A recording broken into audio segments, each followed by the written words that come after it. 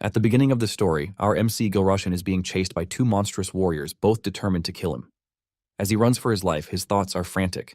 Everything feels unreal.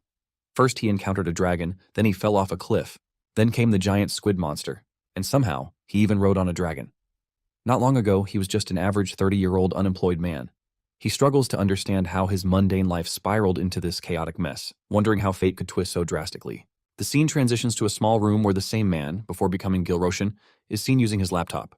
On the screen, he notices a global chat where a user named Goddog posts a message saying, "Looking for Second Life challengers." Reading this, the man is confused, curious if someone else is experiencing similar hardships. He wonders when chats like these became common and whether this is part of some game. The phrase Second Life grabs his attention. He reflects on his own life. Growing up in an orphanage without parents, working in a factory after leaving, and now, at 30, juggling a part-time job while preparing for civil service exams. His only real joy came from a game called God-Forsaken World, or GFW, which he's been playing for over 10 years. In this time, he hasn't just become a veteran of the game, he's beyond that. His entire world is confined to a single-room apartment. He wonders if life came with a walkthrough. Would things have turned out differently?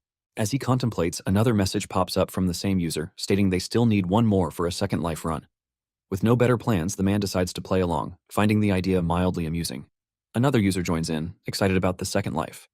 Goddog warns them it won't be easy, but the tone still feels unserious to the man. Their chat feels silly to him. He considers ignoring them altogether. Then comes a message. Whatever it is, it can't be worse than now. It's short and sincere, lacking any twist or punchline. Just as the man dismisses it, a voice unexpectedly echoes through his earphones. He hears the words, "Nonsense, you say?" The voice startles him. It continues, challenging him to survive this time. In a flash, he vanishes from his room. Disoriented, he starts to process the strange sensations. Something is covering his face. A gag. His hands are tied. Panic sets in. He fears he's been kidnapped and wonders if someone is after his organs. As he tries to piece things together, several figures stand in front of him. One of them addresses him directly, calling him the third prince of the Vault Magical Empire, Gilroshan. Shocked, the man realizes that he is no longer himself. He has become someone else, a fatty named Gilroshan. The gag is removed, and the speaker demands that he lift his head and open his eyes. Suddenly, the words trigger a memory. This moment is familiar. The speaker confirms it. They've found the right person. Gilroshan realizes the line is from GFW, the assassination event of the third prince. It feels like he's reliving a scene from the game, but the situation quickly escalates. He is warned not to do anything foolish. Gilroshan questions why he is being called the prince and wonders if this is some elaborate prank by die-hard GFW fans. The speaker informs him that he will be executed in the name of the Republic, and his head will be sent to the Emperor. Gilroshan panics and tries to explain that there has been a mistake, but his pleas are ignored. A sword is drawn and placed near his throat, leaving a shallow cut.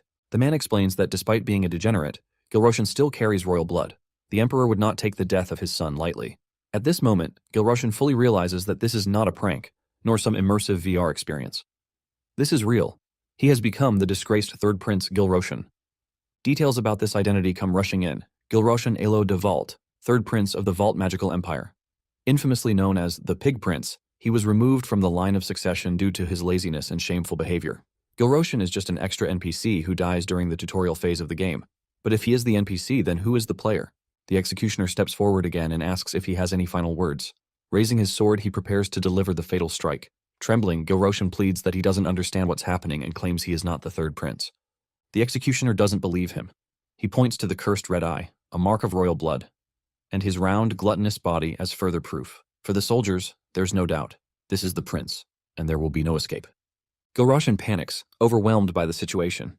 He realizes he hasn't reincarnated as the protagonist, but as an insignificant extra. Not just any extra, but one about to be executed without delay. The sword-wielding man moves forward, promising to make the end quick, offering a farewell to the third prince before striking. As the blade nears, Gilroshan desperately searches for a reason to live. He knows there's something he must do, but the memory slips away. Suddenly, he opens his eyes and notices everything around him is frozen. Confused, he questions what just happened. In that still moment, a system message appears, announcing the start of the game and informing him that he will now play as the character, Gilroshan. Relief washes over him. He's alive because he is now the player. This world is inside the game he devoted years to. God-Forsaken World. He isn't just any player, he's a seasoned veteran. In this new reality, he becomes a living, breathing walkthrough manual. The system rewards him with a starter bonus, 3 stat points and 2 skill points, and a new quest, Escape the Crisis. Gilroshan understands that these points will help upgrade his character. The current quest is clear, survive the assassination attempt. With everything frozen, it's as if the game's pause function has activated, giving him a moment to act. He realizes time will resume the moment this selection phase ends. His life depends on the next decision. Stats and skills can wait. Right now, he must focus on survival. Another system message appears, initiating the fate card selection.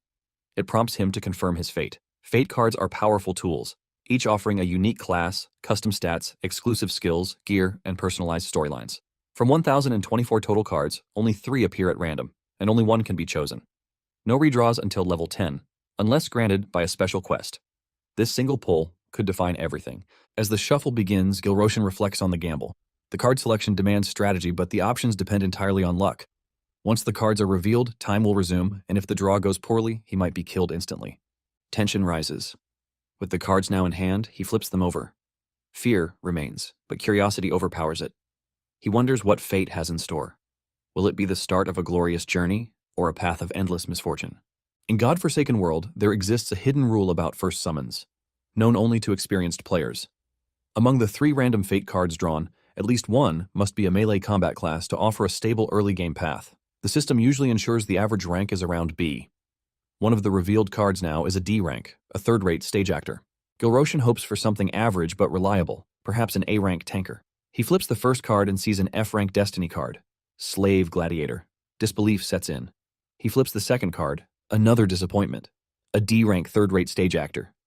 According to the rules, the average rank should have been B. That means his last card must be extraordinary. Filled with hope, he turns it over. A brilliant flash bursts from the card. It reveals a transcendent rarity, an X-rank Archmage. He's stunned. Transcendent cards are nearly impossible to obtain, even more so at the start of the game. Never in his years of playing had he seen this happen. The Archmage card is the ultimate ranged damage dealer. But why did it appear now? He considers the possibility. Maybe it's because he isn't a player-created character. He's inhabiting the body of Gilroshan Valte, an NPC with an established backstory. Though branded useless, Gilroshan carries royal lineage, and the Valte family is known for producing powerful mages.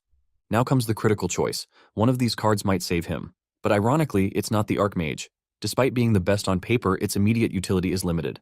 The Archmage has defensive abilities like Spatial Distortion Field, but it only counters magical attacks. Worse, magic skills require time to activate and depend on mana gathered from a circle near the heart. There's no time for that now. Gilroshan knows that if he were an average player, he would have chosen the Archmage and died instantly. In the game, death meant respawning. But this is different. Here, if he dies, it's permanent. The cold steel at his throat makes that very clear. Someone had dragged him into this world, placed him in an NPC's body, and gave him player powers moments before execution. The appearance of the Archmage card now felt more like mockery than mercy. He recalls the voice in his earphones, urging him to survive no matter what.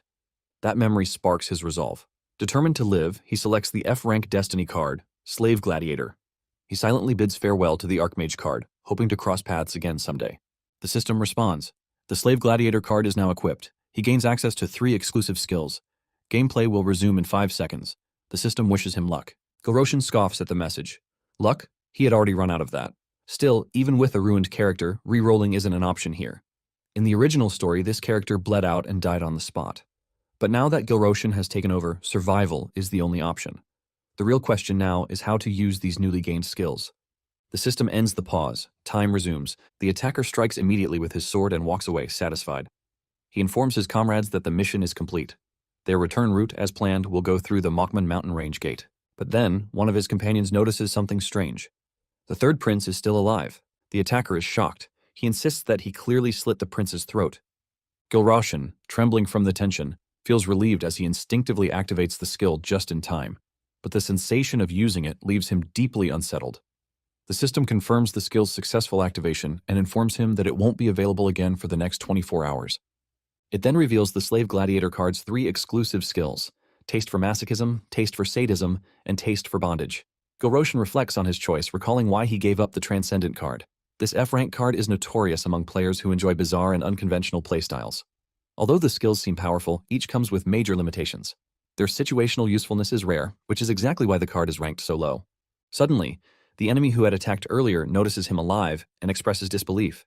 Gilroshan realizes that if the man goes for his neck again, he won't survive. He needs to act first. The man tries to make sense of the situation, but Gilroshan interrupts by loudly declaring the enemy's name, Vero Di Marco, causing a moment of shock. The enemies freeze, confused by how he knows the name.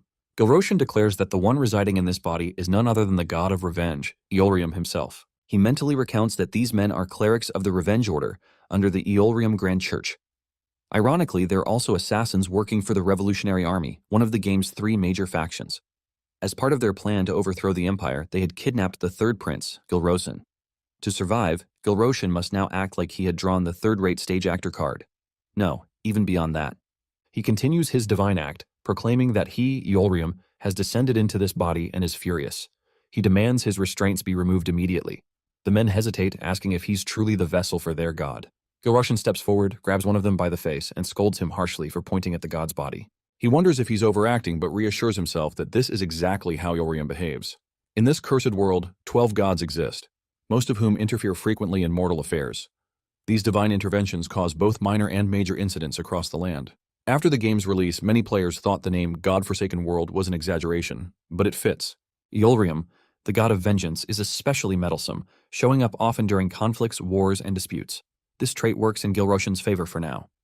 The man, now convinced, asks Gilroshan to show a sign of faith to his unworthy followers. Gilroshan snaps back, ranting about their lack of faith.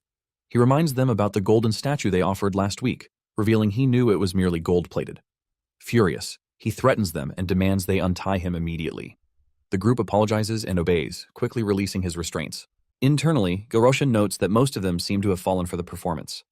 It's hard to imagine the notoriously incompetent third prince pulling off such a feat, which helps sell the lie. However, he remains cautious, especially of the older man, Marco. The narrative introduces Marco, a sharp-minded former adman from Sangmi who now leads the Revenge Order. A strategic assassin for the Revolutionary Army, Marco had orchestrated the assassination plot against the third prince. Marco apologizes for not recognizing the god sooner. Gilroshan, maintaining his godly persona, demands more. He orders them to kneel. The group obeys, pleading for forgiveness from Lord Eolrium. Marco expresses regret and reverence for the unexpected encounter, yet he questions why no oracle was given to the high priest before the god's descent. Gilroshan senses Marco's suspicion, and another figure behind him also catches his attention. He becomes increasingly uneasy, realizing he needs a stronger safety net. He issues a divine warning. The third prince, Gilroshan himself, is to be officially designated as Eolrium's chosen apostle. No one is to harm him. The declaration startles Gilroshan, but he quickly adapts, confirming the statement. He declares that the third prince will one day join the Revolutionary Army.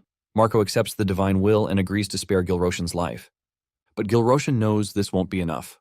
Once they return, they'll likely verify everything with the high priest and come hunting again. Marco's confident stare makes it clear he's capable of killing Gilroshan at any moment. The assassination couldn't have happened without an insider. No matter how useless the third prince might be, no one from the imperial bloodline should be this vulnerable. It confirms Gilroshan's fear. The Empire is a closed cage and there's no way out. He quickly improvises, announcing that the third prince will not return to the imperial palace.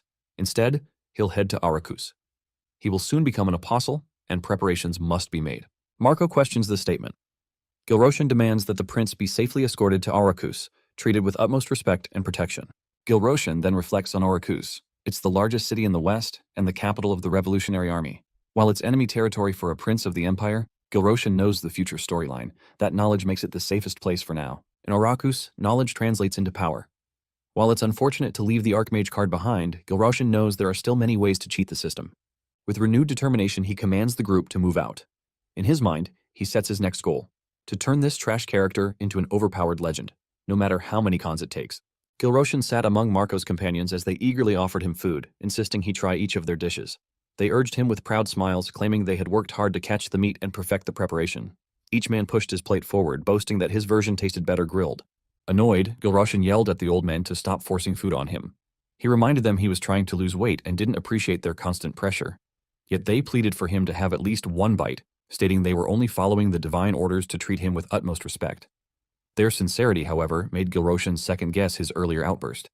He looked at their innocent faces, thinking they resembled a cheerful boy band more than vengeful assassins. He urged them to stop tempting him, confessing that he also wanted to eat but was holding himself back. One man tried to reassure him, saying there was no need for weight loss, that his figure had been perfect from the start. Gilroshan wasn't convinced and called him a terrible liar. Before the moment could get too relaxed, Marco stormed in, scolding everyone for being careless. He reminded them that they were still within enemy territory and should remain alert. His presence instantly shifted the mood, pulling everyone out of their cheerful haze. He then turned to Gilroshan, explaining that their overzealousness came from their deep faith, and asked him not to judge them too harshly. Gilroshan nodded in understanding. Marco held up a piece of meat, joking that he'd brought it for himself and that it was bird meat. Gilroshan replied with sarcastic disapproval. Marco noticed Gilroshan's weight loss and commented on it. Gilroshan admitted even he hadn't expected to lose so much in just 3 days. Marco, who had grown up as an assassin within the church, remarked that despite having seen many types of people, he'd never met anyone as tenacious as Gilroshan. Gilroshan reflected on his doubts at the beginning, uncertain how he would survive the journey through Imperial territory. A flashback followed, showing Gilroshan walking with the group, clearly struggling. His body ached, and exhaustion overwhelmed him. He wondered what kind of body he had ended up in. With stamina at only 9, far below the average range of 40 to 60, his condition was closer to that of a corpse. He knew he had to increase his stamina and lose weight to survive. Marco had noticed his collapse and expressed concern, shocked that he was already out of energy so early in the journey. Another man pointed out the danger they all faced if Gilroshan couldn't keep up, but reminded the others that abandoning him was not an option, as they had divine orders to protect him. They considered using a potion, but Gilroshan firmly refused. He didn't want to be a burden or risk them having to fight in his place. Determined to push through, Gilroshan slammed his forehead into the ground, then stood up again. He declared there was no need for a potion and urged them to continue. At that moment, the system activated his taste for masochism skill, applying its effect for 30 seconds. He knew that low stat points like his could be improved through intense physical exertion rather than using precious skill points. If he truly wanted to change, he had to be willing to endure pain. Slamming his head repeatedly had startled the group. They could hardly believe that this tough individual was the same third prince they had known. The system notified him that his stamina had increased, confirming that his method, though extreme, was working. Back in the present, Gilroshan acknowledged that this was only the beginning. He still had a long road ahead. Marco informed Gilroshan that by the next day, they would reach the teleport gate they had previously used. It would take them back to Orax. However, he revealed a complication. Their original mission had been to assassinate Gilroshan, not escort him alive. No one had anticipated that Gilroshan would become Lord Aelem's apostle. Gilroshan acknowledged the situation, stating plainly that there was an accomplice within the Empire and encouraged Marco to speak openly. Marco confirmed it. Their orders had been to leave behind a corpse as proof of mission success. But now that the third prince hadn't returned, the co-conspirators would suspect something had gone wrong. And since their identities were exposed, predicting their escape route would be easy. The teleport gate was most likely already blocked. Despite the complication, Marco remained confident. As members of the Vengeful Priesthood, the elite unit of the Revolutionary Army, they could break through. But a pincer attack from both front and rear would make things difficult. It was already a risky situation, and now they needed to move even faster. Curious, Marco asked how Gilroshan knew about the hidden accomplice. Gilroshan named the Imperial Minister of the Interior, Viscount Zyrek Moss. Marco asked what led him to this conclusion. Surprised by the question, Gilroshan recognized it wasn't just a test. Barmel was clearly trying to understand his capabilities. To control the Vengeful Priesthood even temporarily, he had to prove his intelligence. He began thinking through the logic carefully, already familiar with Zyrek Moss's background and actions. Gilroshan explained that while the Minister of the Interior served the Empire, his roots were Cainese. The war between the Empire and the Cainese over the northwestern territories had occurred not too long ago.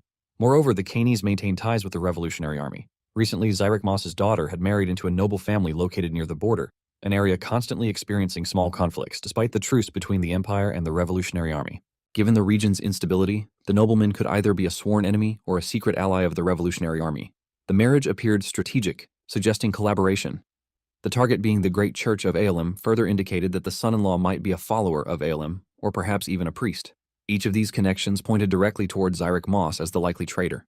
Enjoying the deduction process, Gilroshan found himself wishing he had studied like this during school.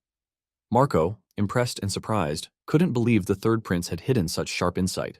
This perspective was completely different from what people usually believed about him. Gilroshan noticed the shift in Marco's gaze. He wasn't just reassessing him. He was reassessing Gilroshan, the identity he had taken over.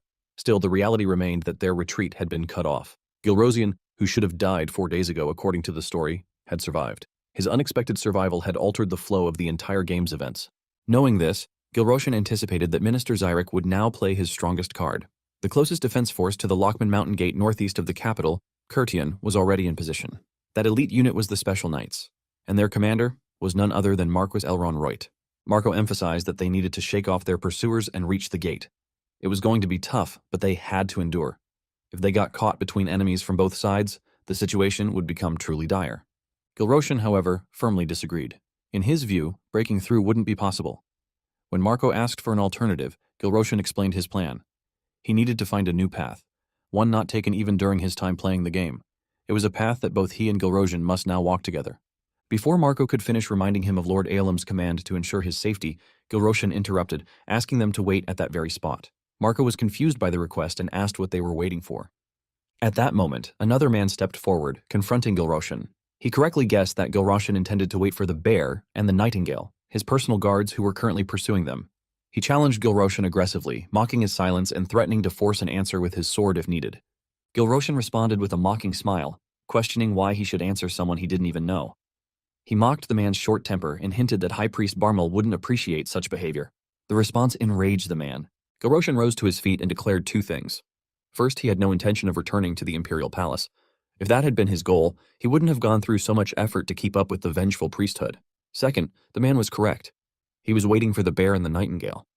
But he didn't owe an explanation, especially not to someone he didn't recognize. He made it clear that he despised people like him. The man, furious, grabbed Gilroshan by the collar, claiming he had saved his life and deserved more respect. In that moment of tension, Gilroshan noticed the faint scent of flowers, just as Marco stepped in to de-escalate the situation. Marco introduced the angry man as Irgal. Though not officially part of the church, Irgal was considered a comrade who supported the revolution's greater cause. Gilroshan quietly assessed the situation. Irgal's manner and background made it clear he was a mercenary. In the game, God-Forsaken World, player characters rarely belonged to fixed organizations and usually roamed freely like mercenaries.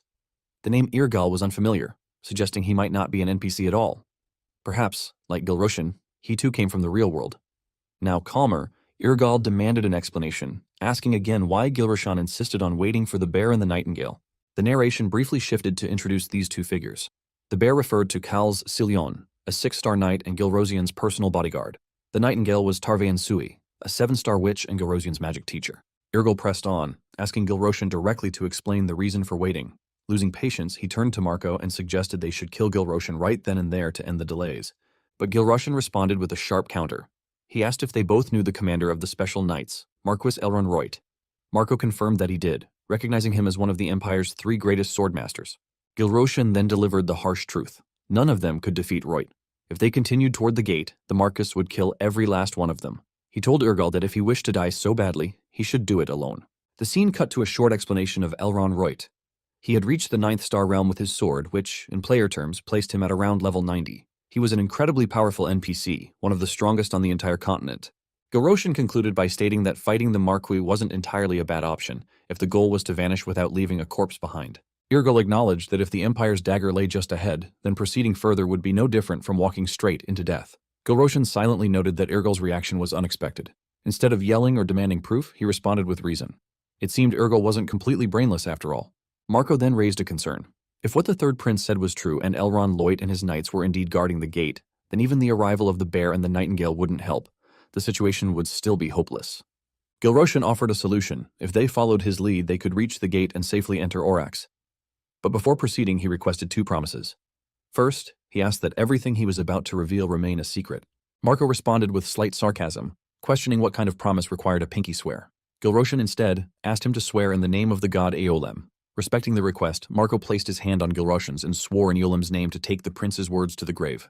Gilroshan then added a second condition. If they reached Orax safely, he wanted Marco to get him an item. When asked what kind of item, Gilroshan clarified that it wasn't anything fancy, just a pair of glasses, available only in Orax. Marco agreed and swore once more in the name of Aeolem. Gilroshan then began to reveal the truth. The man known as Kars Silion, the one they referred to as the Bear, was once a high-ranking knight of the Empire's Holy Order. After the Empire fractured, he defected to the Northern 5 Kingdoms and became the commander of the True Light Order. But the truth ran deeper. His real name wasn't Kars Silion. It was Kars Reut. Marco was stunned. Gilroshan confirmed the suspicion. Kars was the illegitimate son of Elron Reut. Almost no one, including Kars himself, knew this. Elron was the only one aware of the connection. As Gilroshan pieced things together, he became certain that Irgal knew more than he let on. If Irgal was from the same reality as Gilroshan, then he had likely figured out Gilroshan's true identity. After all, the third prince was supposed to be dead. That raised a deeper question. Just how much did Irgal know about this game world? Meanwhile, at another location, Kars and Sui were engaged in battle with Marco's men. Kars accused them of kidnapping the prince and demanded his immediate release. From the soldiers' perspective, though, it was technically a kidnapping, but now the prince was following them willingly. Elsewhere, Gilroshan was rushing toward the conflict. He had left markings along the way to help Kars track them, but Kars had arrived faster than expected. With Sui about to join the fight, Gilroshan feared the priest would go all in, ready to die for their cause. Time was running out. Back on the battlefield, Sui issued a stern warning. She demanded to know where they had taken Gilroshan. One of Marco's men tried to speak, but she silenced him with fury. She declared that she would reduce them to ashes and find Gilroshan herself. At that moment, Gilroshan appeared and asked for a moment to speak. Both Kars and Sui were stunned at the sight of him. Gilroshan confirmed his identity. It was truly him. Kars was furious. He demanded to know what had been done to Gilroshan to make him look so worn down. Marco's men silently wondered if they were truly at fault, as they hadn't really done anything to harm him. Gilroshan began to explain. While he had been kidnapped at first, that was no longer the case. Sui, however, exploded in anger. She cursed him out, furious that after all her efforts, this was what he had to say. She threatened to blow up the rebels and ordered Gilroshan to stand still and obey her. Her temper showed no sign of restraint. Gilroshan internally questioned if she was really a witch or just foul-mouthed because of it. Her rough demeanor made her seem more like a thug than a magical scholar. He then recalled what he knew about her. Sui was a witch born from the prestigious five-colored spires of the Vault Magic Empire. Rumors claimed she was an old crone over 200 years old who bathed in virgin's blood. But in truth, Turvan Sui was just 19 years old. The witches in her lineage passed on not only their magic but also fragments of their memories and even their appearance through a one-on-one inheritance ritual. This preserved the aura of fear and mystique around them. Kars, noticing the rising tension, urged Sui to calm down. He didn't sense any immediate danger and suggested they hear everyone out first. Blushing slightly, Sui agreed and softened her tone. Gilroshan quietly observed her reaction and confirmed what he suspected. She had a clear weakness for handsome men. Gilroshan finally faced Kars and declared his decision to head toward Orax. Kars was shocked, reminding him that Orax was enemy territory, the stronghold of revolutionaries opposing the Empire.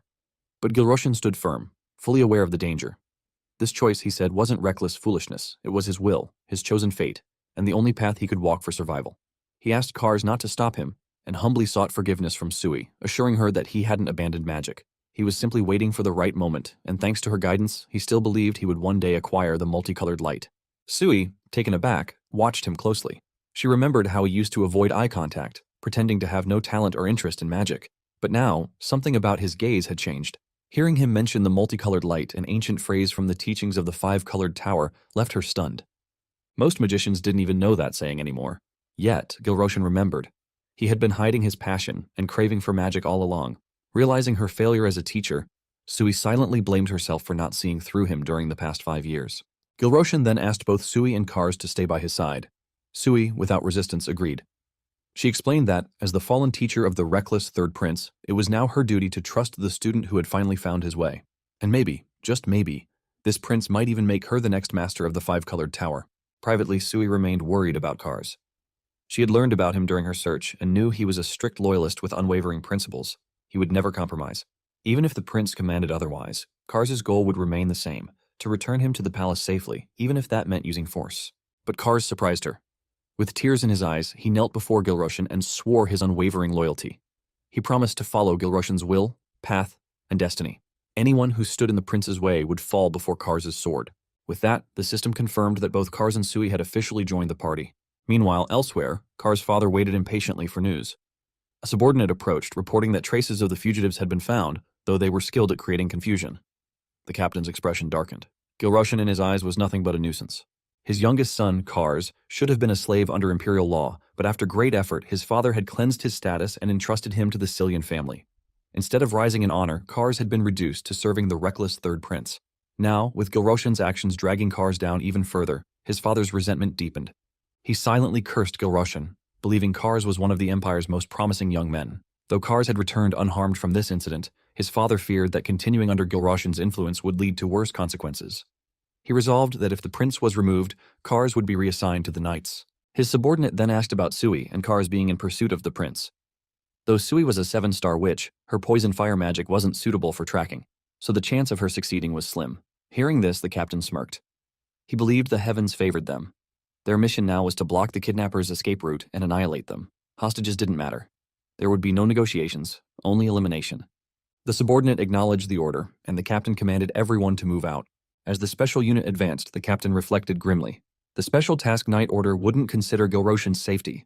Their focus was solely on killing the intruders. And if blood flooded the battlefield, so be it. Kars approached from behind, startling Gilroshan, who turned in surprise. Noticing the sword in Gilroshan's hand, Kars questioned him, curious about his deep thoughts and the weapon's purpose. Gilroshan simply replied that he needed it for something. Kars then observed that the prince's face looked slimmer and more defined, even complimenting his appearance. Gilroshan dryly responded, recalling the brutal mountain climbs with old men that felt like sheer madness. Surviving that, he said, was a miracle in itself. Kars chuckled, relieved that at least Gilroshan had made it out alive. Gilroshan, however, was puzzled by Kars' gentle behavior. Kars admitted how painful the chase had been and how much he had feared something terrible might happen. Internally, Gilroshan reflected on their relationship. In the original story, they were like brothers, distant relatives who had grown up together. Though Gilroshan now lived in a different reality, Kars' presence still warmed him. He wasn't just a character anymore. Kars Loit, known as the Knight of Dawn, was now a real, living person, a dependable tanker in the game, and someone who once always stood by his side. Sui appeared and casually asked if Gilroshan had slept well. Gilroshan noted how hard it had been to recruit Turbane in the original game, so he hadn't used him as much as Kars. Maybe that's why his feelings for Kars felt stronger. Or maybe it was something left behind from Gilroshan's original self. Kars turned to Sui and politely asked the same, inviting her to join them. Sui, slightly shy, said she'd wash up first before joining the conversation. Watching them, Gilroshan felt a dull ache in his chest, like a weight of unresolved guilt. Kars then noted how sharp and energetic the prince looked now, like they had gone back to the old days. Gilroshan asked what he meant, and Kars recalled their time at the Royal Academy, a school for children of high nobility. Kars reminisced about Gilroshan's brilliance back then, how palace staff adored him, and even the emperor cherished him. This revelation surprised Gilroshan. In the game or the novel, there was no mention that the third prince had once been a bright, promising child. Kars then pondered how different life would have been if the Vault Empire didn't prioritize magic so highly. Perhaps even Gilroshan's life would have changed. Gilroshan agreed silently. Being born as a prince in a magic-dominated empire without any magical talent must have been isolating. The high hopes people had once held slowly faded as he aged, making him feel deeply abandoned. Still, those weren't his memories. They belonged to someone else. He dismissed the nostalgia and urged Kars to stop dwelling on the past. No one remembered the third prince from those academy days anymore. No one but Kars. It was time to focus on the present. Kars agreed without hesitation. Gilroshan admitted that it was lucky no one recognized him anymore, as fate had worked in his favor. With a quiet resolve, Gilroshan reaffirmed his confidence in mastering the god-forsaken world. He didn't care if people saw him as a worthless prince with no talent. He wouldn't give up. Instead of becoming a legendary magician, he had been reborn as a mere F-class slave gladiator. But there would always be another chance. Looking straight at Kars, Gilroshan declared his intent to prove his worth, to return alive, and to ensure no one would dare look down on his companion, his brother, and his loyal knight. Kars, with his usual pride, joked that his posture was always perfect. Gilroshan groaned at the joke, and Kars grinned, saying he was only teasing. At that moment, Sui returned. Gilroshan, seeing that everyone was present, began explaining the plan ahead. He reminded Kars why he couldn't return to the Imperial Palace, noting the presence of too many traitors. Kars acknowledged this, mentioning that Gilroshan had already spoken about it.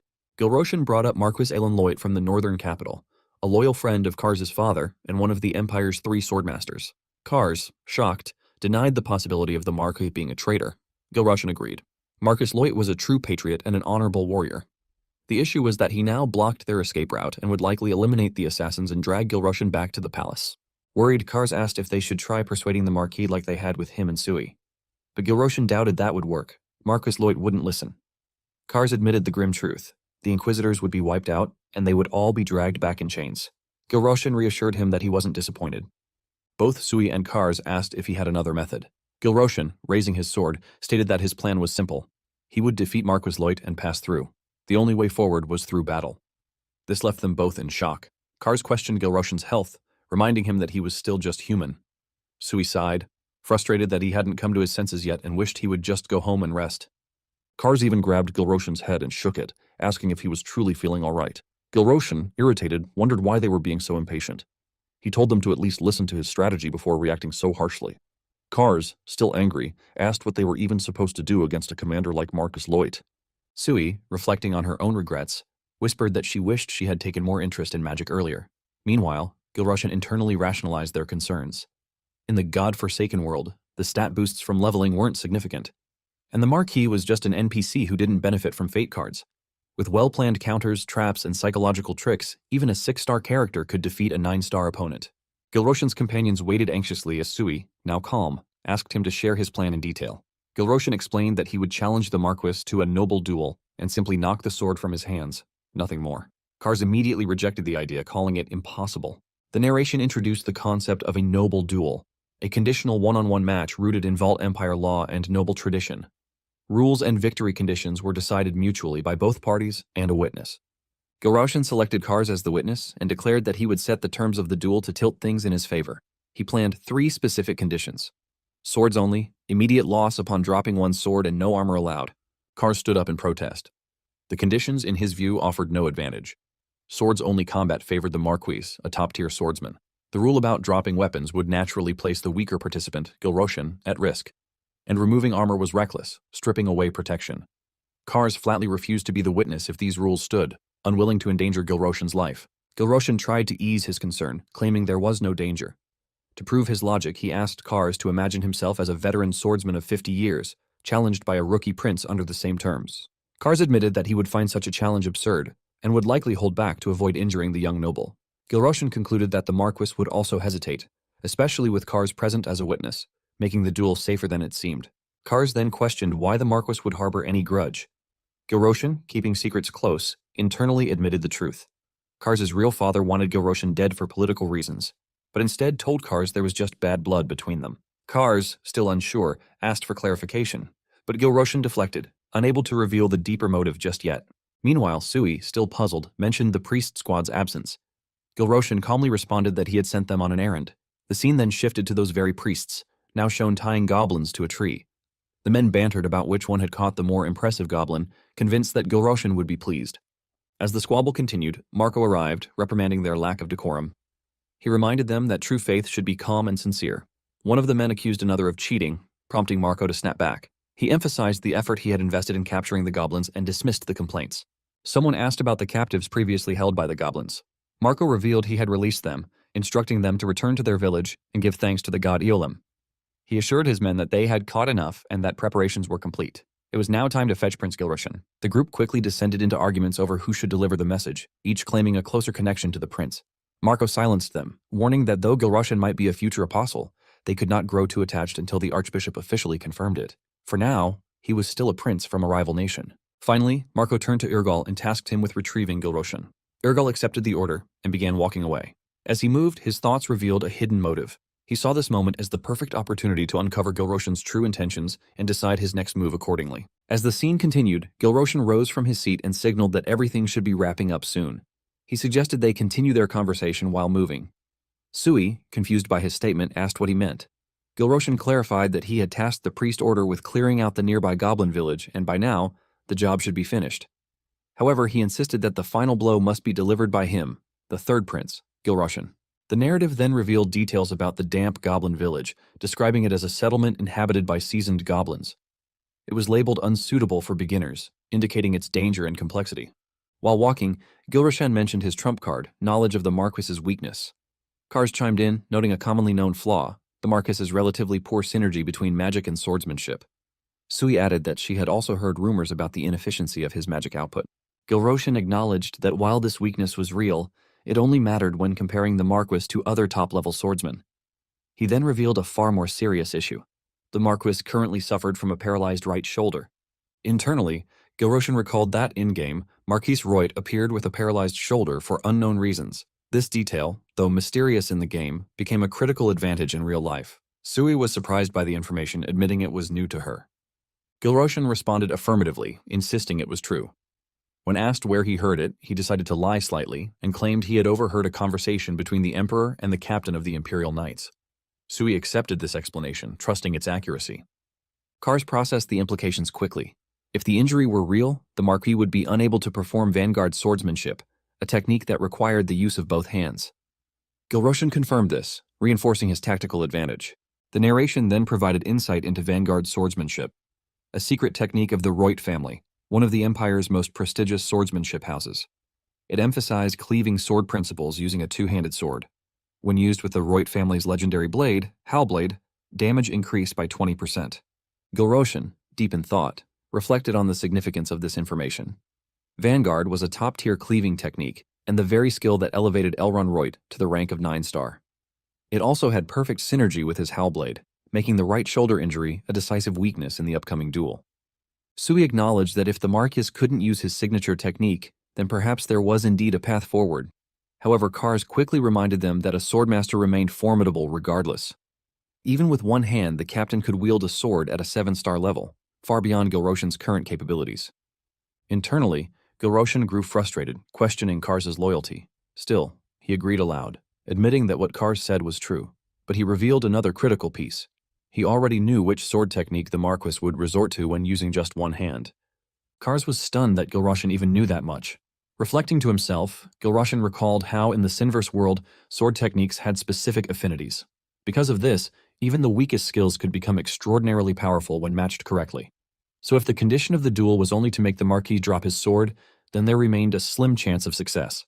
Suddenly, from beside a nearby tree, Irgal's voice broke in, noting that such a plan still wouldn't be enough to disarm the Marquis. Surprised, Gilroshan wondered when Irgal had arrived. Irgal stepped forward and challenged him, pointing out that Gilroshan didn't even have the strength to withstand a single strike from the Marquis. Gilroshan didn't deny it. With his current strength, facing the Marquis was a losing battle, but he declared that he was about to gain true power, right here. At that moment, the system confirmed it. The Elixir of Strength, a rare potion that significantly boosts physical strength for a short duration. Irgal analyzed the situation in his mind. Gilroshan was planning to defeat not just one threat but all of them. The King of Lockman Mountains, the Revenge Priest Order, the Bear, and the Nightingale. While each opponent alone wasn't overwhelming, the Mountain King was a raid-class monster. Facing it without help seemed reckless. Yet Gilroshan reassured them. He understood they weren't strong enough on their own, but if they completed their part here, he believed someone would arrive to support them. As he approached the goblins tied to the trees, Gilroshan stared at them, his sword raised. Unlike games, these weren't just monsters. They were living beings. The weight of that truth made him uneasy. But he knew that to survive in this world, hesitation had no place. He struck down the first goblin. The system announced his level up, and Gilroshan felt an unexpected warmth bubbling inside. A strange sense of fulfillment. With 2 points from the starting bonus and 1 from reaching level 1, he now had 3 points total. Encouraged, he continued eliminating the other goblins. With each kill, the system notified him. 3 skill points spent. He had acquired the Vagabond martial arts skill. The brutal, improvised fighting style began to embed itself in his body. A bonus of 1% was applied to both strength and stamina. But Gilroshan knew this was just the beginning. To learn the sword technique necessary to challenge the Marquis, he needed to reach level 9. Right now, he was only at level 1. The road ahead was still long. After clearing out all the goblins, he received another level up and gained a few more stat points. Observing the changes, Kars commented that Gilroshan's presence had shifted noticeably. So he also noticed the difference and playfully accused him of hiding something valuable from her, teasing him about secretly obtaining a power boost. Gilroshan could feel the effects of the skill buffs coursing through his body. The enhancements were unmistakable. His physical state was already beginning to shift. He acknowledged the improvement and mentioned that he had eaten something special, a well-prepared gift from the priest order. Sui, intrigued, asked for a share, but Gilroshan casually replied that he had eaten all of it. Offended, Sui burst out in anger, scolding him for his selfishness and calling him an ungrateful brat, a rude fool, and a greedy pig. Silently, Gilroshan reminded himself that she was just 19. As the group prepared for their next move, Marco asked what they should do. Gilroshan instructed the team to drive any remaining goblin stragglers their way, but only in manageable numbers. He knew that merely dealing the final blow wasn't enough anymore. To gain proper experience, he had to engage in direct combat and develop a real sense for sword fighting. Kars soon alerted him that goblins were approaching. Gilroshan noted that only 3 or 4 would have been enough, but the number exceeded his expectations. A goblin leaped out of nowhere, launching an attack on Gilbert. Reacting quickly, Gilroshan intercepted the strike with his sword. He was surprised by the raw strength in such a small creature. Yet, thanks to the gladiator slave card, the weapon in his hand didn't feel unfamiliar. Just like in the game, subtle hit indicators guided him to time his attack perfectly. He slashed the goblin cleanly and smiled, realizing it wasn't as difficult as he had imagined. Ready for the next, he stepped forward. After the battle ended, the system announced that a new skill, Taste for Pain, had been activated. It granted a significant boost to both mental and physical recovery for the next 30 seconds. Kars then suggested they call it a day. Both the priest order and he himself were thoroughly exhausted. Gilroshan agreed. It was time to return and celebrate with what he called revolutionary solo drinks. The mention of drinks immediately lifted the spirits of Marco's entire crew. Later that night, everyone gathered around a blazing campfire. The mood was relaxed and festive, with laughter echoing through the air. Amidst the shadows, a lone figure observed them from behind a nearby tree. As he stared at Gilroshan, he struggled to understand the scene before him. The transformation was startling. Was that truly the Pig Prince Gilroshan? As the scene shifts, one of the soldiers turns to his captain and asks whether they should eliminate everyone present. The captain, deep in thought, pauses and begins assessing the situation carefully. Over the past few days, their targets hadn't bothered to hide their presence. There were no attempts at covering tracks or creating confusion. Tonight, they had even lit a fire in the open without any concealment magic and were using charcoal. Among them, only a few were drinking, and notably, the third prince of Gillison was sitting openly with them. The captain grew suspicious. This had all the signs of a trap meant to lure them in. Yet the order they had received was to eliminate the kidnappers. But the prince did not look like someone held against his will. Moreover, Sir Kar Cillian and Turbayan Sui were already by his side. From their behavior, nothing about the gathering seemed dangerous. Another soldier, sensing the hesitation, asked the captain what they were going to do. The captain firmly ordered them to stand by. They needed to evaluate the situation thoroughly before making any report. As the observing soldiers were noticed, Gilroshan immediately identified them as the Special Task Force. Kars recognized the captain and addressed him as Lord Pellet. Pellet, now face-to-face with the group, expressed relief at Gilroshan's safety. Gilroshan responded with a welcoming gesture. However, Pellet quickly turned to Kars, demanding an explanation. He questioned whether Kars, Sui, and even the third prince himself had betrayed the empire. Gilroshan, taken aback, silently wondered if that wasn't far too little respect for a royal prince regardless of reputation. Pellet repeated his question, growing more direct. Kars answered that Gilroshan would explain everything himself. But before proceeding, Kars pointed out that Pellet should first offer a proper greeting to the prince of the empire. Sui voiced her agreement. Gilroshan noted to himself how dependable his companions had become. Following protocol, Pellet knelt and formally introduced himself as the squad leader of the Special Task Force and deputy to the commander, presenting his respect to the prince of the Great Vault Empire. Gilroshan accepted the gesture and allowed him to rise. Then, requesting a private word, he asked Kars and Sui to give them some space. Once alone, Gilroshan greeted Pellet and began his explanation. Over the past few days, the Vengeance Priests had made no attempt to hide or cause meaningful disruption. A man of Pellet's experience would surely have noticed how odd that was. The priest order's actions were not intended to delay enemies. They were deliberately misleading the rear pursuit forces. Pellet, confused, asked why the priest order would behave this way. Gilroshan revealed the reason. It was because he had ordered them to. He had been waiting for Pellet to arrive. Surprised, Pellet asked for the reason behind such a move and why the prince had been waiting specifically for him. Gilroshan clarified that he had never been kidnapped. His intentions were clear. He planned to travel to Aurex alongside the Vengeance Priests. To make that happen, he needed to meet with Marquis Elron Reut. Anticipating skepticism, he assured there was no madness in his words. Pellet, however, was stunned. Even for someone considered reckless, this seemed beyond the pale. He questioned whether Gilroshan was declaring his betrayal of the empire. Gilroshan countered sharply, implying that not everything needed to be spelled out. The matter could be resolved by simply heading to the gate and speaking directly with Marquis Reut. He demanded an answer and received one. Pellet acknowledged that he was right. Gilroshan, satisfied that command and discipline had been reestablished, placed a hand on Pellet's shoulder. The night had grown late, so he suggested they leave at dawn. But before that, there was one stop he needed to make.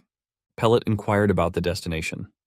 Gilroshan explained casually that it was nothing more than hunting down a dangerous beast that had been troubling nearby citizens.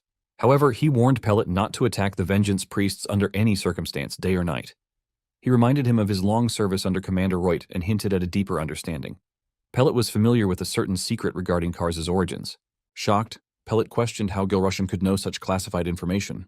With a calm gesture, Gilroshan placed a finger over Pellet's lips and suggested they let the night pass in peace. His tone left no room for resistance. Pellet nodded silently. As Gilroshan walked away, he instructed Pellet to return with his subordinates at dawn. Left behind, Pellet was conflicted. This was the third prince everyone whispered about in fear and disdain? Were the rumors exaggerated? Or had the prince truly lost his mind? The next morning, Gilroshan stood tall, deep in thought. He reflected on Marquis Elron Reut's swordplay, an impressive style drawn even with a paralyzed shoulder. It was unmistakably Trafalgar swordsmanship, a legacy of the old Luxon Kingdom's knights. This style prioritized flowing movements focused on defense and follow-up attacks, and its unique feature allowed it to be used with any weapon type. He admired how this form didn't require a specific blade. In the hands of the Marquis, the sword was more than a mere tool. It was a companion. The roaring sword, the Marquis's personal weapon, wasn't just sentient. It was the proud symbol of the Reut family's leadership. The Marquis never let it out of his grasp. At that moment, the system notified Gilroshan that he had spent 4 skill points. He had now learned nomadic crushing swordsmanship and could perform basic techniques. Excited, Gilroshan couldn't hide his joy. Although the Trafalgar style was grade B and his new one only grade C, he understood the deeper dynamics. Crushing swordsmanship focused on overwhelming opponents with relentless power and weight, while flowing techniques relied on smooth transitions to expose weaknesses. In the Shinverse, crushing, quick, and flowing styles existed in a rock-paper-scissors balance. Quick attacks overpowered flowing, making the grade difference less important. Sometimes, it could even become an advantage. He found this system fascinating. The Luxon Kingdom, once a vassal of the Empire far in the west, had ruled with cruelty. enslaving nomads within its borders. But the nomads had united, nearly destroying the kingdom. Although they were ultimately defeated, their powerful sword style endured, a combat method built specifically to destroy the Luxon Knights' Trafalgar style. As Gilroshan finished processing all this, Kars approached and informed him that everyone was assembled. Gilroshan replied that he was on his way and reminded himself that although the technique was only grade C for now, its hidden potential would soon emerge.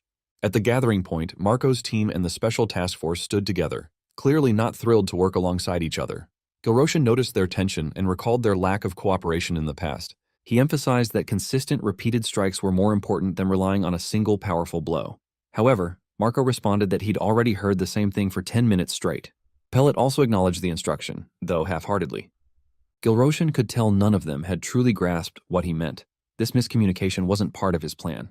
He had hoped to leave the upcoming raid entirely to Irgal and sit it out himself, but Irgal had other plans. He insisted that Gilroshan accompany him, believing the group wouldn't listen to anyone else. Gilroshan agreed and confirmed they were on the same page. To establish authority, Gilroshan asked Kars to hit him hard, enough for everyone to hear. Kars hesitated, but Gilroshan insisted. Reluctantly, Kars delivered a solid punch to Gilroshan's face. Standing before the group, Gilroshan announced that from this moment onward, he would take direct command. He addressed both the Vengeance Priests and the Special Task Force, warning them that once they entered the mission zone, there would be no tolerance for hesitation or disobedience. Everyone was to follow his orders without question. Failure to do so would guarantee death, as their target, Gromhart, king of the Lockman Mountains, was far more dangerous than they imagined. Watching this unfold, Pellet silently recalled Gilroshan had described it as a simple pest extermination.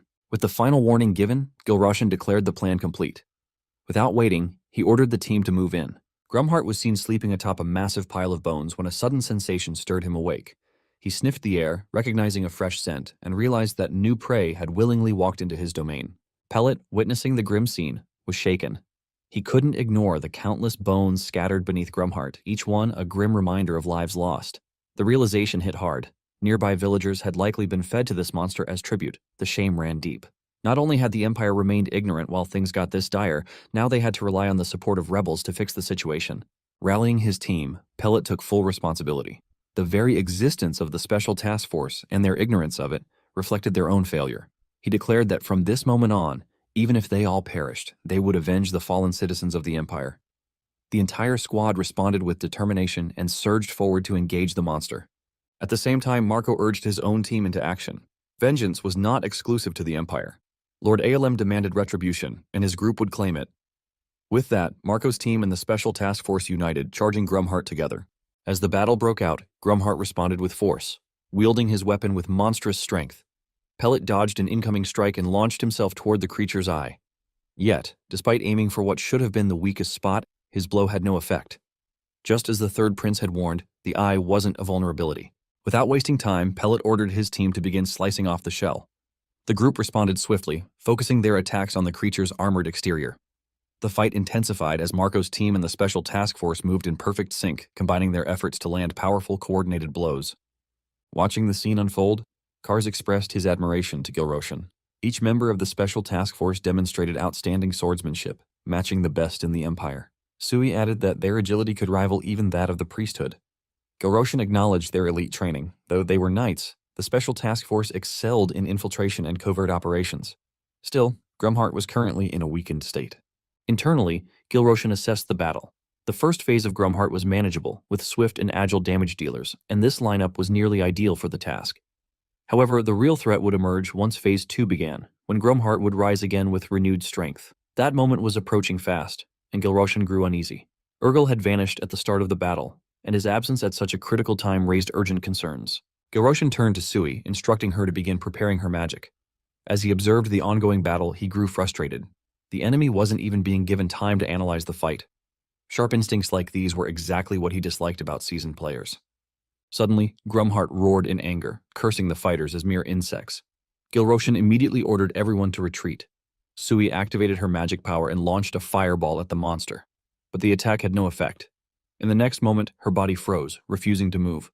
Panic settled in as she realized she was immobilized. Despite the setback, Marco's team and the Special Task Force regrouped quickly and resumed their assault on Gromhart. Watching them push forward, Gilroshan quietly acknowledged their efforts. Everyone was doing well, but the situation had entered a critical phase. Phase 2 of Grumhart's transformation brought high resistance to physical damage and powerful natural healing. Swords alone were now ineffective, as the monster's recovery was far too rapid. This triggered a memory from the past. During a strategy session, Marco had expressed disbelief that sword attacks wouldn't work and suggested using Sword Spirit as an alternative. Gilroshan had explained that while imbuing swords with magic might help slightly, the results would be inefficient. Instead, he had emphasized that elemental magic attacks were far more effective. Unlike sword strikes, magic couldn't be healed away. The plan had centered around Sui, the 7-star witch. She would use fire-based magic to blast Grumhart, but that tactic came with a risk. Once the monster sensed her spellcasting, it would charge straight at her. The solution was simple. The others would take turns distracting the beast until she finished her cast. Gilroshan had advised conserving magic power not for enhancing blades, but for speed and movement. With that strategy laid out, he had reassured the group that their victory depended on coordination, not raw power. Back in the present, the battle raged on. Grumhart swung fiercely while warriors surrounded him from all sides. One of Marco's soldiers stepped forward and drove his sword into the beast, declaring it a strike of revolution on behalf of the Empire's knights. As the dust settled momentarily, Sui turned to Gilroshan for guidance. The fire magic was ready, but if she cast it now, the blast radius would engulf allies along with the target. The timing had to be perfect. A wave of panic swept over Gilroshan's thoughts. He couldn't understand what had triggered the sudden chaos. Everything had been progressing smoothly just moments ago. Now the battlefield was in disarray. No magic attacks were landing effectively, and with Phase 3 approaching fast, the danger level was rapidly escalating. Realizing the urgency, Gilroshan shouted to Pellet and Marco, demanding immediate action. The situation had shifted. This wasn't like before. Without a proper hit-and-run strategy, the entire force risked complete annihilation. Marco, refusing to back down, instead ordered his team to fall back. He declared confidently that the priesthood should now understand they couldn't stand against the overwhelming might of the revolutionary sword. Pellet echoed the sentiment, asserting that their enemies were no match in swordsmanship, and called for a retreat as well. Frustrated, Gilroshan tried to stop them from provoking each other. Their internal rivalry was only feeding the chaos. And amidst the shouting, Grumhart struck down a soldier, slamming him hard into the rocks. Another fighter launched an aerial attack, recognizing the sword in Grumhart's grasp as one belonging to a revolutionary. But before he could land a decisive blow, Grumhart grabbed him midair and hurled him away, crashing him violently into a boulder. Watching it unfold, Gilroshan's mind raced. He knew too well how full-powered boss raids worked. For seasoned players, even easy patterns demanded constant focus. The key was never to let one's guard down until the enemy was truly defeated. One misstep and the boss would seize control, leading to a full team wipe. Ironically, the warriors here weren't gamers. They had grown overconfident far too soon, believing the worst had passed. Gilroshan had made the same mistake. But this wasn't just about them anymore. If the situation reached Phase 3, not only would they fall, he would too. A storm of thoughts raced through Gilroshan's mind. He couldn't afford to lose focus now. He had to find a way through this chaos, even if he couldn't look away for a second. Just then, Kars approached and placed a steadying hand on Gilroshan's shoulder. With calm reassurance, he reminded him that his sword and shield still stood by his side. The elite Special Operations Knights and the Avenger Priests were also present, the best warriors of the Empire and the Revolution alike. These soldiers had faced death countless times and survived. Kars acknowledged Gilroshan's return to his old self, but sensed he was carrying too much responsibility alone. If ever that burden became too much, Kars gently offered to share it. But Gilroshan, hearing those words, felt a chill. Thoughts of a looming death flag crossed his mind. Meanwhile, on the battlefield, Pellet rushed to the side of a wounded warrior, asking if he was all right. The soldier affirmed he was still standing. Pellet grabbed his hand and helped him up, urging him to hold on just a bit longer. Yet the grim reality settled in Pellet's thoughts. The third prince's strategy was built on two key goals: drawing Grumhart's attention away from Sui and holding the beast in place long enough for magic to land a clean hit. Though they had managed to draw the monster's gaze again, the mounting number of injured made it increasingly difficult to restrain him. The remaining fighters were exhausting rapidly. But someone had to bear the burden, for the Empire, and for those who had already fallen. With renewed resolve, Pellet dashed forward and struck at Grumhart, shouting to Sui that it was now or never. Without hesitation, Sui unleashed her fire magic from behind, launching a blazing assault straight at the monster. Pellet, seeing the flames hit their mark, acknowledged her perfect timing. But his relief didn't last long. Grumhart, undeterred, charged at him. The beast had locked onto him, not Sui. Pellet realized it was already too late to dodge. Bracing for impact, he lifted his sword to block the attack, struggling under the overwhelming force. In that moment, Pellet's thoughts turned solemn. If this was the end, he accepted it with honor, having served his captain to the very last. But just before the blow could land, Marco surged in and shielded Pellet from the fatal strike. He dismissed any thanks, instead pointing out that Pellet had drawn far too much attention. Now that the monster's eyes were locked on him, Marco proposed they fight together to cover for the ones who had fallen. Pellet gave a nod of agreement. The battle wasn't over yet. Together, they would raise hell. As the battle raged on, Sui unleashed another powerful fire attack directly at Grumhart. Watching the flames engulf the monster, Gilroshan felt a surge of hope. The attack had landed cleanly. He was amazed that Pellet and Vamelo had managed to create this opening. Sui, standing firm in her conviction, declared this moment as a demonstration of true magic for her disciple to witness. Gilroshan assessed the situation carefully. They had officially entered Phase 3 of the fight. Thanks to the earlier crisis, everyone seemed more alert. Both the knights and priests were performing impressively without guidance. In this phase, Grumhart had lost his physical resistance and ability to regenerate health. In return, his attack power grew stronger the closer he was to death. Now, the beast had completely abandoned defense and focused only on aggressive offense. But that also meant one thing. The monster would now target the weakest among his enemies. Unfortunately, that target was Gilroshan, the one with the lowest level. At that moment, a system alert confirmed it. Grumhart's demon eye had locked onto him. Gilroshan quickly warned everyone to prepare, knowing what was coming. Meanwhile, Grumhart's fury exploded. The monster roared in rage, declaring his intention to devour each enemy one by one. Just then, out of nowhere, a massive boulder came crashing down onto Grumhart. Urgal had hurled it with perfect timing. Gilroshan, stunned by what he saw, couldn't believe such a move was even possible. Urgal stood triumphantly atop the boulder, silent and composed. Witnessing the scene, one soldier asked if they had truly defeated the monster. Another confirmed it joyfully. The entire battlefield erupted in celebration. Marco turned to Pellet, acknowledging his efforts. Pellet humbly thanked him. Yet Gilroshan's thoughts were unsettled. He questioned whether this tactic was even possible in the game world known as the God-forsaken world. The use of stalactites shouldn't have worked. In the original version of Shinbios's design, the ceiling of this area was completely out of sight, meaning dropping such a rock was not an intended strategy. Something didn't add up. Turning toward Urgal, Gilroshan demanded to know who he truly was. Urgal played coy, pretending not to understand. Gilroshan repeated the question. He wanted a direct answer. Inside, Gilroshan resolved to lay all his cards on the table. There was no more room for uncertainty. Urgal responded cryptically, suggesting that if Gilroshan were a player, then he likely already knew the truth. He hinted that the answer should be obvious. That was when Gilroshan came to a sobering realization. At least one thing about Urgal had become absolutely clear. That man, without a doubt, was unbelievably petty. After Grumhart's defeat, the group entered his treasure vault. Pellet looked around and questioned the emptiness of the space. In response, Gilroshan pointed out something others had overlooked. Pellet soon realized he was referring to the alcohol. At that moment, a voice called out from the shadows. A prisoner hiding within the vault confirmed Grumhart's death and encouraged everyone in hiding to come out. One of the prisoners, upon spotting Marco, recognized him immediately. He cried out, calling Marco the god Ulem, and believed they were saved at last. Marco calmly clarified that he was not a god, but merely a servant of the Grand Church of Ulem. He explained that he had come to rescue them by the will of Ulem. Before tensions could rise, Pellet stepped forward and introduced their group as the Imperial Special Task Force, stating their mission to rescue the captives. But the atmosphere quickly shifted. One of the men stepped forward, his voice filled with grief and rage. He recalled how he had assured his son that the Empire would save them, but now it was too late. His son had already been devoured by the monster. He accused the rescuers of arriving too late, claiming that no words or pride could ever ease that kind of pain. For him, it was too much to bear. He rejected their help completely. More voices joined him, echoing his fury. The rescued villagers turned hostile, telling the Special Task Force to leave. They declared they would rather die than accept help from the ones who failed to protect them. Watching the rising anger, one of Pellet's companions suggested retreating for the time being. But Pellet, overwhelmed with emotion, broke into tears and apologized with sincerity. Gilroshan stepped in to explain. He stated that the monsters in the Lockman Mountains had only recently begun roaming freely. It was extremely rare for mountain monsters to raid a village and abduct all its residents. Even the Special Task Force would have found it difficult to detect such an incident in time.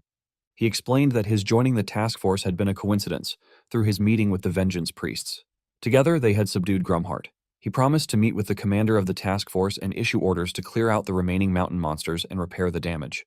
Though no words could undo the pain, he offered the Empire's deepest apologies for all they had suffered. The villagers, taken aback, asked who he was. Gilroshan introduced himself, Gilroshan Elodabalt, third prince of the Empire. His words sparked whispers among the villagers. Many of them had only heard rumors that the third prince was a drunken troublemaker, but here he was. bowing before ordinary people. The presence of the prince himself made them wonder if the empire truly cared.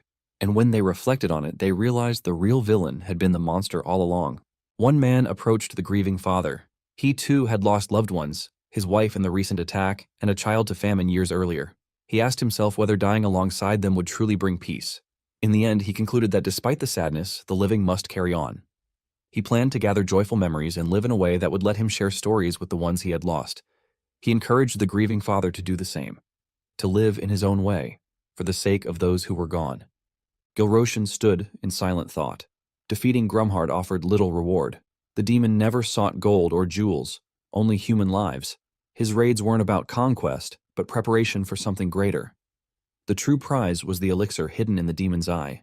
Saving people had been a secondary goal, a byproduct. As the weight of this reality settled, Gilroshan questioned the world he lived in, and more deeply, who he truly was. A man stepped forward, humbly asking the prince to raise his head. He admitted that Gilroshan wasn't like the high nobles he had imagined. There was something different, something human. With tears in his eyes, the man made a simple request. His son Holt had been a mere commoner. All he asked was that Gilroshan remember his name. The prince nodded, promising silently that he would never forget. Elsewhere, Kar's father, Marquis Elon, confronted Lieutenant Pellet. He couldn't believe Pellet had abandoned the elite rebel troops in the forest simply because the third prince had changed. Pellet confirmed it, explaining that this was his first time meeting the prince in person, and he was nothing like the rumors. Among the rescued refugees, there was even talk that the prince should become the next emperor. Overwhelmed by what he called nonsense, the Marquis ordered Pellet to focus on managing the refugees. He decided he would see the truth for himself. Back in the tent, Kars faced Gilroshan and questioned whether he had been hiding because of the situation. Gilroshan reminded him that his mission was to stay by the prince's side and protect him, as any royal guard should. But Kars, feeling useless, apologized for his failure. Gilroshan simply asked for warm tea. His shoulders felt heavy. Just then, Marquis Elon entered the tent. Gilroshan greeted him, noting how long they had waited despite being told it would be a brief chat. The Marquis explained that the lieutenant had shared some unexpected things. He turned to Kars, asking if anything was wrong. Kars assured him everything was fine. Shifting to the main topic, the Marquis asked about Gilroshan's intention to travel to Orax. The prince acknowledged his concern but declared his decision. To change, he must go to Orax, and if anyone tried to stop him, he would press forward regardless. The Marquis was stunned by the prince's bold words. In disbelief, he thought to himself how reckless they sounded. Composing himself, he warned that the joke had gone too far. He reminded the prince that he was a swordmaster, one of only 3 in the empire to attain the rank of 9 stars. The prince could never hope to defeat him. For the safety of the empire, he couldn't allow this journey to continue. Instead, he planned to send Gilroshan back to the capital and eliminate the rebels hiding in the forest. But Gilroshan, standing firm, issued a formal challenge. As Gilithan of House Balt, he challenged Elon, head of House Loit, to a noble duel. He invited the Marquis to step outside and fight. He even provoked him further, asking if he feared defeat due to his injured shoulder. The Marquis was caught off guard. He didn't know how the prince had discovered his old injury, but if Gilroshan intended to provoke him, it had worked. Elon of House Loit accepted the duel. The Marquis stood firm before Gilroshan, asking what rules they should follow for the duel. Gilroshan, silently observing, sensed no hesitation in the man's voice. It was the voice of someone confident in an unquestionable victory. Kars then stepped forward to declare the rules. First, only pure swordsmanship would be allowed, no mana use. Second, no armor would be worn. And third, dropping the sword would mean immediate defeat. Marcus Roy accepted without objection. At that moment, the system announced a sudden event. Noble Duel activated. Gilroshan would have to defeat Elon Roy to claim victory. Crowds gathered quickly, their whispers loud and biting. They couldn't believe the third prince was dueling a swordmaster commander. Many mocked him, calling him insane, weak, and a disgrace to royalty. Among them, Pellet stood silently, watching everything unfold. The Marquis, surprised by Gilroshan's composure, admitted the prince seemed prepared and had chosen rules that weren't even in his favor. He recalled Pellet claiming that the prince had changed, though he remained skeptical. Reputation, he said, was forged through past actions, and the murmurs in the crowd were proof. Changing that perception wouldn't be easy. He then questioned how the prince knew about his injured shoulder and hidden past. Gilroshan responded bluntly, dismissing the lecture. He hadn't come for idle talk. He had come to defeat the Marquis, go to Orax, and build a new future for himself and his allies. That, he believed, was a better outcome than letting Kars waste away at drinking parties. In his mind, Gilroshan understood that changing himself was one thing, but changing public perception of the degenerate prince was another.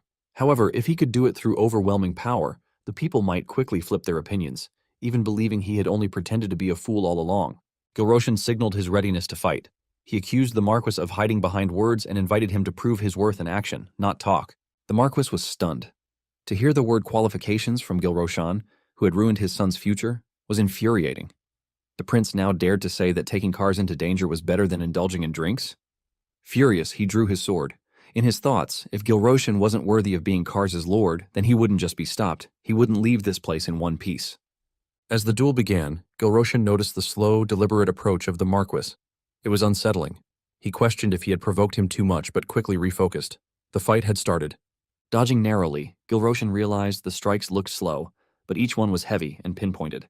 He was overwhelmed by the relentless chain of attacks, too busy blocking to counterattack. The spectators gasped, praising the commander's dominance while noting the prince's surprising defense. The Marquis pressed on, mocking Gilroshan for bragging earlier. Gilroshan knew he had to strike the hit points, but the unending combos made it impossible to activate the special effects of his nomadic quickblade style. He was trapped and needed a solution. The Marquis continued to taunt, demanding if Gilroshan even remembered who he was fighting. With a fierce attack, he landed a powerful kick to the prince's stomach, sending him flying across the field. Gilroshan struggled to rise. He wanted to get up but couldn't move. As the Marquis approached, he suddenly turned and walked away. Kars rushed to Gilroshan's side, asking if he was all right. Gilroshan asked if he had lost, but Kars reminded him he hadn't dropped his sword yet. The duel wasn't over. Gilroshan was confused about why the Marquis walked away.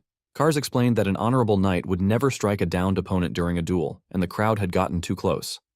The Marquis had simply returned to the center. But more importantly, he asked Gilroshan if he could continue. Gilroshan affirmed with determination he would win. Kars respected his will and pledged to trust him. Before the prince returned to the fight, Kars gave one last piece of advice. The Trafalgar sword style was visually stunning and well-chained, but slower than Gilroshan's quickblade. However, if the chain began, the user would be overwhelmed. The key was to break the chain before it started. Focus was everything, and most importantly, avoid injury. Gilroshan nodded, promising to return victorious. Reflecting on the advice, he understood. Victory required disrupting the chain early. The visible hit points gave him clues to anticipate the attacks, an advantage others in this world didn't have. But fear had held him back. The line between game mechanics and real combat had shaken his focus. Suddenly, a child from the crowd shouted encouragement, telling the prince not to give up. Hearing this, others joined in, cheering for Gilroshan. Embarrassed but touched, Gilroshan muttered that such loud cheering wasn't necessary. Still, he smiled. He might not fully understand this world, but he knew he could navigate it better than anyone. The Marquis called out, asking if he was ready. With a calm smile, Gilroshan replied that he had been ready all along, just nervous before. In his mind, the plan was made. Now, it was time to execute it. The Marquis acknowledged that, in a way, it was impressive how Gilroshan still had the luxury to bluff so confidently. Gilroshan accepted that, from the Marquis' point of view, his actions must seem like nothing more than bravado. Internally, Gilroshan recalled the hidden secret of nomadic swift swordsmanship. The technique evolved specifically when used to counter the Trafalgar fencing style used by the Marquis. The condition required striking the opponent's hit points 3 times in a row. In game mechanics, it was called stacking 3 stacks. Everything that had happened so far had been preparation. Now, the real fight against Elronroit was about to begin. Determined, Gilroshan stepped forward and launched his next attack. The Marquis noticed something unusual. The vivid red eyes of the Vault Imperial family gleamed with a sharp intensity. Though he had encountered the third prince before, this was the first time he saw that look in his eyes. Gilroshan advanced and slashed toward the Marquis. The Marquis met the attack with his own blade, acknowledging that Gilroshan's form had improved. Without pause, Gilroshan swung again. The Marquis blocked it and countered with a heavy strike, which Gilroshan narrowly dodged. The prince noted that his opponent was terrifying, yet this offensive stance was far better than just defending. Charging forward once more, Gilroshan locked his eyes on the Marquis's hit point and struck with precision. A clean hit. His first stack was in place. The Marquis, caught off guard, reflected that such a strike was beyond what the third prince should be capable of. He wondered if it had simply been luck, but he needed confirmation. Suddenly, the Marquis lunged forward with alarming speed. Gilroshan, surprised by the sudden movement, quickly regained focus. There was no room for panic. He continued targeting the hit points, landing another strike, 2 stacks down, just 1 more to go. From his current position, the Marquis wouldn't be able to parry it. The Marquis attacked again. Gilroshan blocked the blow with perfect timing. The Marquis was stunned. Even highly skilled warriors struggled against that move. A moment too slow or a slight misalignment, and Gilroshan could have lost an arm. And now, he noticed, the prince was smiling. At that moment, time itself seemed to stop. The entire crowd froze in place, motionless and silent. Standing in the stillness, Gilroshan, stunned by his own success, finally said what he had been holding in. He had actually pulled it off. He had landed his strikes against that sword-obsessed lunatic. Just as the clash reached its peak, the system announced that the hidden evolution condition for the Nomad Quickblade technique had been fulfilled. What was once a C-rank skill had now evolved into the S-rank technique, Heiwu sword style. Gilroshan recognized the legacy behind the name. The Heiwu sword style was created by nomads from the eastern continent. In the Shinverse, Eastern-style wuxia skills were exceptionally rare. This was more than an upgrade, it was a stroke of incredible luck. The system prompted him to select one of 3 bonus effects for the newly awakened skill: Sweeping Army, Transplanted Blossom, and Vajra Wall. Without hesitation, Gilroshan chose Transplanted Blossom. He understood its meaning deeply. The concept behind Transplanted Blossom was to graft strength from the enemy and use it against them, like transferring a flower from one tree onto another. The strength elixir he had consumed earlier was wearing off, and the evolved skill alone wouldn't be enough to defeat Elron Loit. But with Elrond's monstrous power as a 9-star knight and the sheer weight of his greatsword, Roaring Blade, Gilroshan knew he had a temporary chance. If he could reflect all of that force with the remaining effect of his strength potion, he might even disarm the swordmaster, as long as magic wasn't involved. However, the clock was ticking, and Elrond wasn't taking him seriously yet. To provoke that monstrous strength, Gilroshan had to push him into a real fight. The system confirmed the game's resumption. Without wasting a moment, Gilroshan struck the Marquis's blade aside and advanced with renewed speed. Kars, watching intently, noticed something had changed. His Highness's sword had suddenly gotten faster. Another spectator commented in disbelief that even a one-handed sword shouldn't move that swiftly unless fueled by absurd strength. Doubts began to form. Could the commander actually lose? Kars snapped back in anger, refusing to accept such talk. He reminded everyone that the commander hadn't even taken a stance yet. He was a swordmaster, one of the Empire's deadliest blades. The other man backed off, telling Kars to calm down. Meanwhile, locked in combat, the Marquis expressed intrigue. Gilroshan not only knew about his shoulder weakness, but had also mastered the Eastern sword technique designed to counter Trafalgar fencing. Sir Pellet's judgment that Gilroshan was different from the rumors had been correct. Still, no matter how much the prince had changed, or even if he had been reborn, the Marquis declared he could not be allowed to travel to Orax with Kars. Gilroshan assessed the situation. Elrond was still calm. This wasn't enough. The strength potion's effect was nearly over, and there wasn't enough time to push Elrond into serious mode. He had no choice. He had to strike where it hurt. He provoked him with a direct statement, questioning whether it bothered Elrond so much that he was taking Kars along. Gilroshan declared that Kars was as dear to him as a brother. Having grown up with him, he believed his bond with Kars was deeper than Elrond's. He reminded Elrond that Kars wanted to go to Orax with him, so why oppose it? He challenged Elrond's right to act like a father. Yet the response wasn't what he expected. Gilroshan reflected that in the original story, Elrond Loit was the model of a principled and patriotic knight.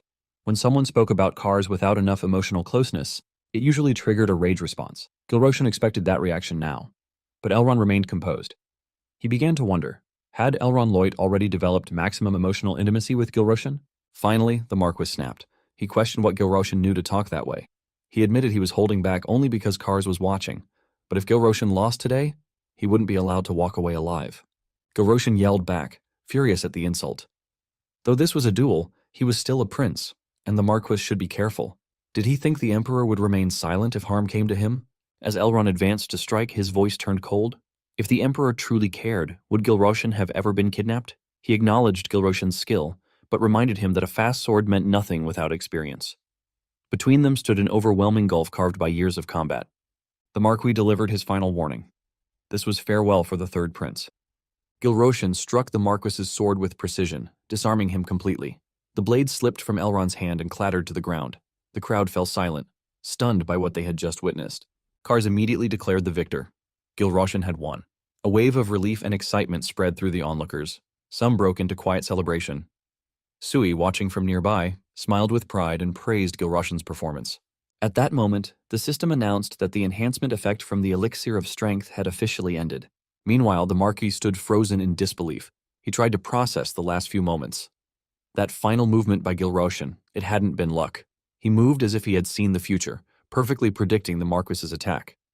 Even the smile Gilroshan had worn during the maneuver, it was all part of a plan, every step calculated. Extending a hand toward the Marquis, Gilroshan reminded him of the outcome. He had won. But Elrond gave no response. Gilroshan pressed further, asking if he was refusing to accept defeat. clarifying that all his earlier taunts were only meant to provoke him. Elrond remained silent, lost in thought. He recalled Pellet's words and silently admitted the truth. The third prince had truly changed. Without a word, the Marquis slowly dropped to one knee. Gilroshan, caught off guard, questioned what he was doing. With solemn respect, Elrond acknowledged his defeat. As the head of House Loit, he declared it an honor to cross swords with the prince and to be bested by him. He bowed with gratitude. The system immediately registered the outcome. Sudden event, noble duel had ended. Gilroshan had officially defeated Marquis Loit. Despite the declaration, unrest stirred among the Marquis's soldiers. Some began to shout in protest. They questioned the validity of the duel, claiming something had felt off from the beginning. One shouted that the magic restrictions never made sense, declaring the entire match invalid. Tension built, but before chaos could erupt, the Marquis rose with his sword in hand and addressed his troops. He reminded them that the duel had been fair. The terms were set by the prince and he had willingly agreed. He admitted he was the one who dropped his sword while Gilroshan still held his. He challenged his knights. Were they truly ready to become the kind of soldiers who refused to accept their commander's defeat? The angry murmurs fell silent. The knights lowered their heads, acknowledging his words. None of them wanted to be that kind of knight. Gilroshan reflected on the battle, realizing he couldn't have asked for a more reliable ally. Earlier, fear had crept into his thoughts. Without the set terms, Elrond could have shattered his sword barehanded. Now it seemed Elrond finally recognized him as Kars's liege. The overwhelming difference in experience wasn't an exaggeration. Even though it was just a game world, Gilroshan had lost to Elrond countless times before. Suddenly, Sui appeared behind him and embraced him proudly, praising him for his glorious performance. Kars rushed in, checking if Gilroshan was injured anywhere besides his left arm. Sui, filled with excitement, claimed this victory brought her one step closer to becoming Tower Master. Gilroshan teased Kars, warning that staying close to the Master might bring him suffering. Interrupting the moment, Marquis Elrond approached respectfully, requesting a moment of Gilroshan's time. In private, Elrond explained that he had already instructed his adjutant, Pellet, to bring the clerics from the forest, assuring their safety with his own honor. He acknowledged Gilroshan's victory and promised not to stand in his way. However, he had 3 important questions. Gilroshan gave him permission to proceed. Elrond began by reminding him of his position as the nation's knight commander. Even though there was currently a ceasefire, Orax was still enemy territory. He asked what Gilroshan intended to do there. Elrond recalled his own covert mission in Orax during his youth and warned of its dangers. Gilroshan assured him he knew enough about Orax. When questioned further, he described the city as the complete opposite of the imperial capital, Kertion. Orax was chaotic, filled with pickpockets and dangerous goods sold openly in markets. In its black markets, even life and death were traded. Despite the madness, it remained a place where people lived. Elrond pointed out that Gilroshan held no authority in Orax. Gilroshan clarified that he was simply familiar with it and asked if he should explain further. He began describing the 6 armed factions, including 2 churches, all revolving around the leader of the Revolutionary Army. Alarmed, Elrond stopped him, insisting the name shouldn't be spoken lightly. Gilroshan understood the weight of that name. Within the Empire, even saying it aloud was a serious crime. Still, he reassured Elrond not to worry about his safety. His journey was well planned, and he wasn't going to join the Revolutionary Army. If that were the case, he would have gone alone. Orax simply held a unique opportunity. A chance so powerful, even a prince with nothing could turn the world upside down. Hearing this, Elrond asked if he meant the nest of the Death Dragon. Gilroshan confirmed it. His intention was to command a dragon. In the Blue Mountain Range near Orax lay a dungeon called the Lair of the Dead Dragon, a forbidden labyrinth where dragons abandoned their eggs. Other races were strictly prohibited from entering. However, those who passed a special quest could gain the right to command a dragon. Elrond, concerned, asked him to reconsider. The odds were slim and the risk too great. But Gilroshan reminded him that defeating the Marquis itself defied logic. Whether going to Orax or venturing into the lair of the 4 dragons, it was all part of the path he had chosen. He urged Elrond not to worry and requested the second question. Elrond hesitated before asking what he should report to the Emperor once Gilroshan entered Orax. He couldn't tell the truth to His Majesty. Gilroshan hadn't considered the Emperor yet. Barsan Carlo de Vault, the 44th Emperor of the Vault Magic Empire. A terrifying blend of cruelty, genius, and power, he was both Gilroshan's father and one of the strongest beings in the human world. A monstrous emperor and an unpredictable danger. After a moment of thought, Gilroshan asked Elrond to tell the Emperor he had become a prophet. Elrond reacted with disbelief, referencing the infamous prophet syndrome.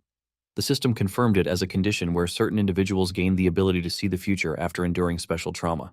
Though they didn't learn magic, prophets paid a steep price, both mentally and physically, eventually dying from the toll. Gilroshan refused to confirm or deny it. Deep down, he had been using this as his cover for some time. It fit perfectly with his use of secret knowledge no one else should have. To make the story more convincing, Gilroshan added that Elrond should report he had gone to steal the Tears of Dawn, an imperial artifact currently held by the revolutionary leader. The Emperor would surely recognize the item, and given it was his own son, he might choose to overlook it for now. Gilroshan then asked for the final question. Elrond's last words were more of a request. He asked if Gilroshan could stay the night, to eat, rest, receive treatment, and prepare for the journey ahead. Gilroshan agreed. That night, everyone enjoyed themselves, sharing a moment of peace before the storm. The following morning, as Gilroshan prepared to depart, he noticed Pellet and Marco standing oddly, causing him to wonder what was wrong with them. Kars admitted he was nervous. Sui echoed the sentiment, expressing her doubt, unsure if this was truly the right path. Elrond, now resolved, wished Gilroshan a safe journey. Though he didn't know the prince well, he was now curious about the kind of person Gilroshan truly was, and he placed his trust in him. With that, Gilroshan responded with confidence, accepting the responsibility. Then, with purpose in his stride, he announced the start of their journey to Orax. The group finally arrived at Orax. Marco turned to Gilroshan and confirmed their arrival. At that moment, the system notified that the quest Crisis Escape had been completed. Gilroshan recalled the moment he first entered this world. The quest involving his survival and escape from the Vault Magical Empire's territory hadn't existed in the original game. He wondered what kind of reward the system would grant for such a unique task. The system then displayed the reward details. Gilroshan noted the guaranteed draw ticket. Though it was a D-grade item, he considered it quite generous for an early-stage scenario. With his current level at 9, he knew that the second card draw would unlock upon reaching level 10. The exact card he'd receive remained uncertain, but even a D-grade card would offer an advantage. Extra cards could be used to gain experience by grinding them. He set his sights on the F-grade Slave Gladiator card, already planning to use it for grinding. Silently, he offered a prayer to the Great Mage, hoping for one more stroke of luck. But before he could take another step, a group of soldiers appeared ahead and demanded their immediate arrest. Caught off guard, Gilroshan identified them as the Titan Special Ops Team. He quickly turned to Kars and Sui, reminding them of his earlier instructions. A flashback revealed Gilroshan's warning before they had departed. No matter what happened upon arrival, they were not to make any rash moves. Combat was strictly forbidden. This wasn't the Vault Magical Empire, and in a place like Orax, there would be no noble authority to protect them. Orax was a lawless city, a nest of outlaws crying for revolution. Back in the present, Gilroshan, now bound, sighed in frustration. He was growing tired of constantly being restrained. Marco approached him and acknowledged that choosing not to resist had been wise. He mocked the idea of Gilroshan, Vault's third prince, being chosen as Lord Aeolim's apostle. According to Marco, it was a foolish trick, unworthy of belief. He warned Gilroshan not to attempt deceiving the archbishop. Sui, unable to contain her fury, shouted at Marco, condemning him for betraying them and treating them so cruelly. Inside an office in Orax, a woman greeted Gilroshan, welcoming him to the city. Gilroshan, still bound in restraints, responded with sarcasm. He questioned the violent treatment, especially since he had returned the attackers unharmed and without retaliation. He wondered if this was truly the way of Aeolim's teachings. In his thoughts, Gilroshan assessed the situation. He suspected they were playing mind games. Knowing that Yahello was a capable assassin, he figured that after the prolonged clash with the Marquis, a report about him had definitely been sent, either by messenger bird or other means. That gave them enough time to plan a response. The woman before him was revealed to be Archbishop Hendel of the Aeolim Grand Church. Once nearly a 9-star level warrior, she had stepped down from frontline duty after sustaining grave injuries. Despite her calm and benevolent appearance, she was known for her calculated and commanding nature. As a leader of the revolutionary faction, she harbored deep resentment toward the Vault Magical Empire, the very force that had taken her arm. Gilroshan believed she intended to use him as a tool to inflict damage on her enemies. Her silence, he suspected, was just a tactic to pressure him into speaking. Accepting this, Gilroshan admitted to impersonating their god. But the archbishop dismissed his confession, saying it wouldn't change anything now. Gilroshan then brought up the Minister of Palace Affairs from the Vault Magical Empire, who had been secretly communicating with her, and was likely enraged. He pointed out that if he were in the minister's place, he'd also be terrified of being exposed. Hendel acknowledged that his awareness of such secrets was impressive. But Gilroshan wasn't interested in the political games. He mentioned the duel with Marquis Elrond Loit and reminded her of what it felt like to face a swordmaster. Though he had emerged victorious, he knew the archbishop would understand the gravity of such a fight. The archbishop remained composed, internally reminding herself to stay calm and in control. Gilroshan then challenged her. If she truly wanted to kill him, she could, but he warned her that she would deeply regret it. He claimed that within 10 days, a disaster would strike Orax, one so devastating that countless lives would be lost and the entire city would be plunged into sorrow. The archbishop questioned what kind of disaster he meant, wondering if he referred to an earthquake. She believed that with the grand churches and cathedrals allowing divine manifestations, Most disasters could be countered through divine power. Gilroshan argued that divine power wasn't absolute, and as Archbishop, she should know that better than anyone. He demanded that they talk properly after untying him, saying it was the natural and reasonable thing to do. Agreeing with the sentiment of order, the Archbishop responded coldly. She struck her hand on the table and commanded the guards to take the third prince to the underground prison. Without another word, she walked away. Gilroshan, surprised, muttered to himself that this wasn't how it was supposed to go. Moments later, Gilroshan was brought into a dim prison chamber. Kars immediately asked if the talks had gone well. Gilroshan didn't answer. He just offered a small smile before falling into quiet disappointment. Kars then informed him that High Priest Marco had visited and even brought food. Sui added that Marco had roughly explained the current situation in Orax. Gilroshan assumed they'd been told about the factional conflicts.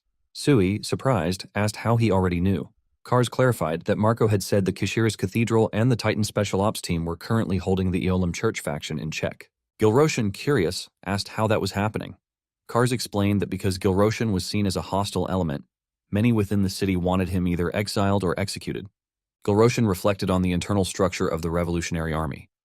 6 distinct armed groups made up the faction. First was the Eolim Church, represented by a snake symbol, the group they were currently dealing with.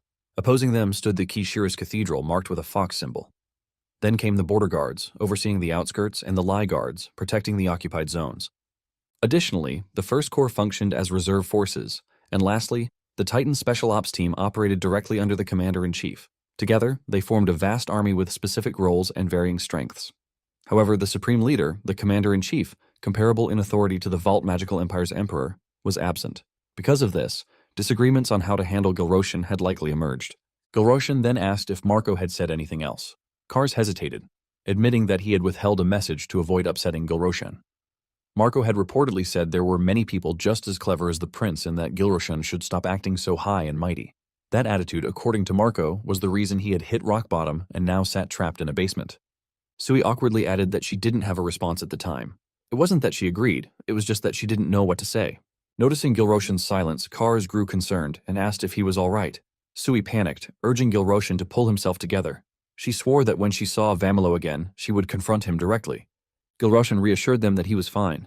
His smile wasn't because of Marco's words. In his thoughts, he realized what Marco's message actually meant. It was a hidden cue: escape through the underground. With his mind set, Gilroshan turned to Sui and requested her to lift her foot for a moment. The three of them soon discovered a hidden underground path. Gilroshan examined it and noted that it didn't seem very deep, then suggested they descend. Kars looked puzzled, wondering why he was being singled out. Gilroshan pointed out the risk of unexpected danger. Kars dismissed the concern, insisting it was just a hole, though he confessed his hatred for spiders. Gilroshan was surprised by this side of Kars. Then Sui questioned why he was looking at her, hinting that it was unfair to expect an old teacher like her to go first after coming this far. Gilroshan thought to himself how different all of this was from the game he remembered. Without more delay, the three of them jumped into the passage together. They landed at the bottom, with Gilroshan falling first, breaking the fall for Kars and Sui, who landed on top of him. Waiting below were Archbishop Hendel and High Priest Marco. The Archbishop remarked that, just as Marco predicted, they arrived quickly. Gilroshan questioned the need for such a dramatic reunion. The Archbishop responded that he should already know the reason. Gilroshan silently admitted that he did. Even if Marco liked him, he wasn't someone who would help a prisoner escape out of pure emotion. Other factions were keeping an eye on how Archbishop Hendel handled things, so a bit of theatrics was necessary. The Archbishop explained that, officially, she never came to this place, but she had chosen to trust him. A system message appeared, indicating that a quest titled, "You're the Escapee, I'm the Archbishop," had been triggered. Gilroshan realized that in the original game, this quest only appeared if the player had a close bond with the Archbishop. Yet here it was, unfolding before him.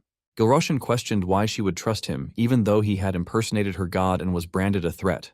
The Archbishop revealed that the catastrophe Gilroshan had warned about was something their church had also sensed. This revelation confirmed to Gilroshan that they had indeed noticed the approaching event. The Archbishop dropped her sword onto a nearby rat, implying that someone within the Revolutionary Army was involved in the plot. Gilroshan asked how she came by that information, but the Archbishop made it clear that the answer was self-evident. Gilroshan found her a bit intimidating. She continued by explaining that their god, being one of vengeance, only provided prophecy, not prevention. The information they had was vague and incomplete. All they knew was that the catastrophe targeted the children of Aurex and that a monster was hiding within their ranks. They were working to uncover the traitor, but with the enemy embedded within the Revolutionary Army, every action they took was under surveillance, making the situation extremely delicate. Gilroshan agreed with her assessment. They were facing an unknown enemy who likely knew far more about them than they did about the traitor. Reflecting on it, Gilroshan was intrigued by the complexity of the situation hidden behind this event. Since the Archbishop had placed her trust in him, he decided to share what he knew in return. The disaster was set to strike in 10 days. The children would be targeted at the Kashiris Cathedral during the traditional coming-of-age ceremony, the ritual of the Red Wind. That was the moment the enemy would strike, when all the children were gathered. Then the grim details of the event, known as the Dying Sons Incident, were revealed. One of the priests at the Kashiris Cathedral had conceived a horrific plan. To revive the Kashiris sect, he intended to slaughter all boys aged 17 to 19 during the ritual of the Red Wind. If left unchecked, the sacred ceremony would become a scene of death and mourning. Hearing this, Marco noted that everything fit together too perfectly. The Archbishop agreed, acknowledging that it was indeed the work of the Kashiris sect. Kars looked at Gilroshan with doubt, questioning whether all this was just his imagination. Sui expressed disbelief at the idea of killing one's own country's children just to boost a faction's power. Gilroshan explained that after the coming-of-age ceremony, all children in Aurochs choose their future paths, becoming priests, soldiers, merchants, or other roles. However, the Kashiris sect refused to accept male priests. Marco confirmed this detail. The Kashiris sect only allowed women or eunuch males to serve, so boys had no path into their ranks. Kars concluded that since the religion only accepted girls, the boys were seen as expendable. Gilroshan clarified that it wasn't just that. They were considered potential resources for rival factions. Kars called it insane, labeling the Kashiri sect as a lunatic cult. Sui found it hard to accept, questioning how they could turn against children who were technically still part of the same revolutionary army. The Archbishop admitted that while they were part of the movement, the Kashiris faction had definitely crossed a line. She acknowledged how well Gilroshan understood their inner workings and began to feel that freeing the Third Prince had been the right move. With a serious tone, Archbishop Hendel Fry made a formal request to Gilroshan. As Archbishop of the Ulam Great Church, she humbly asked him to ensure that the children would not be sacrificed because of distorted faith. At that moment, the system notified that a new quest titled Savior of the Sons had been given. Gilroshan agreed to help, especially since children's lives were at stake. However, he brought up how painful it was when she tied him up earlier and jokingly requested an extra 50 gold coins if things went smoothly. The Archbishop remarked that she heard the Imperial Palace spent money carelessly. Gilroshan responded that she could surely manage that much. After all, it was for the children. The system then updated again. It confirmed a successful negotiation with a friendly NPC. The reward for the Savior of the Sons quest had increased by 50 gold coins, and a new title, Novice Negotiator, was acquired. Later that evening, the group emerged from the underground tunnel. Marco thanked them for their efforts and hoped they weren't injured, then prepared to leave. Gilroshan called out to him, asking him to wait. When Marco turned, Gilroshan questioned why someone who knew everything was pretending otherwise. He feigned being emotionally wounded by Marco's attitude. Marco sensed trouble. At this rate, even he might end up getting manipulated by the Third Prince. He tried to make a quick exit. Gilroshan moved swiftly and blocked his attempt, asking why he was trying to run away. He brought up a specific memory reminding Marco of a high priest who once made a promise that if Gilroshan escaped the Empire safely, a wish would be granted in the name of the god of Ulam. Marco reluctantly admitted that Gilroshan was remarkably good at collecting debts, joking that he could pass as a loan shark. Gilroshan responded with mock humility, saying that such flattery made him shy. Kars found the whole situation awkward, feeling like they were doing something wrong. Sui pointed out that they were only making sure Marco didn't escape. Marco tried to explain that some things just couldn't be retrieved. Gilroshan clarified that he wasn't asking for something beyond reach. When Marco asked what he wanted, Gilroshan requested the eyeball of Walakas. Marco was stunned, asking him to repeat the request. Gilroshan explained that it wasn't something divine or impossible. It was obtainable, and therefore not out of Marco's reach. Marco was internally baffled, wondering if Gilroshan even understood what he was saying. Eventually, Marco asked if Gilroshan knew who the item belonged to. Gilroshan casually replied that it was in the possession of the Revolutionary Army's leader. A system description then revealed more about the eyeball of Walakas. These round-framed glasses, created by demon hands, could accurately predict projectile trajectories. Gilroshan insisted that the glasses were in the leader's study and that Marco could just pick them up. He assured Marco that he didn't want to cause any trouble and pointed out that the leader was currently absent, so there wouldn't be any issues. Marco, however, remained stressed. He felt Gilroshan didn't understand the real problem. Taking belongings from the revolutionary leader was not a small matter. Marco reminded Gilroshan that as a revolutionary himself, it would be out of line for him to touch the leader's possessions. Suddenly, a new group of men approached. One of them challenged them, claiming he'd never seen their faces before, and informed them there was a toll on the road. He mocked them, calling them poor, and demanded that the young man and the old man hand over everything if they wanted to live. Gilroshan quietly registered the insult. Old man? and wondered who the thug meant. Regardless, he realized the man had made a serious mistake. Vamila was not someone who tolerated such provocation. The thug repeated his demand, yelling at the so-called old man to hand over everything. Hearing this, Marco began to grow visibly angry. Marco, seething with anger, began to draw his sword, but Gilroshan quickly stopped him, urging him to leave this fight to him. He reminded Marco of their mission and stressed the importance of focusing on saving the children of Araxis. Despite Marco's hesitation, Gilroshan insisted, asking him to fulfill the promise made to Lady Evelyn by retrieving the glasses. Marco, surprised by Gilroshan's serious tone, questioned if he was being sincere. Suddenly, a thug interrupted, mocking Marco and calling him an old man. He declared that they couldn't just leave without paying a toll to the infamous Big Three of the back alleys. However, his companions remained silent. Gilroshan, puzzled, wondered if such NPCs even existed in the game world. Remaining unfazed, Gilroshan warned the thug that they were the lucky ones today for being spared. The thug misinterpreted this and demanded Gilroshan cover Marco's toll. At that moment, Kars arrived, asking if Gilroshan was all right. Gilroshan reminded Kars they had just escaped prison and shouldn't speak so formally in public. The thug, introducing himself as Thompson, scoffed at the situation and ordered his men to attack. As the thugs charged, Kars swiftly struck one of them with his sword. Gilroshan, dismayed, worried about losing out on valuable experience points. Before Kars could attack the second thug, Gilroshan stopped him, insisting that he wanted to handle the fight himself. Kars refused, stating that it was his duty as Gilroshan's escort knight to protect him.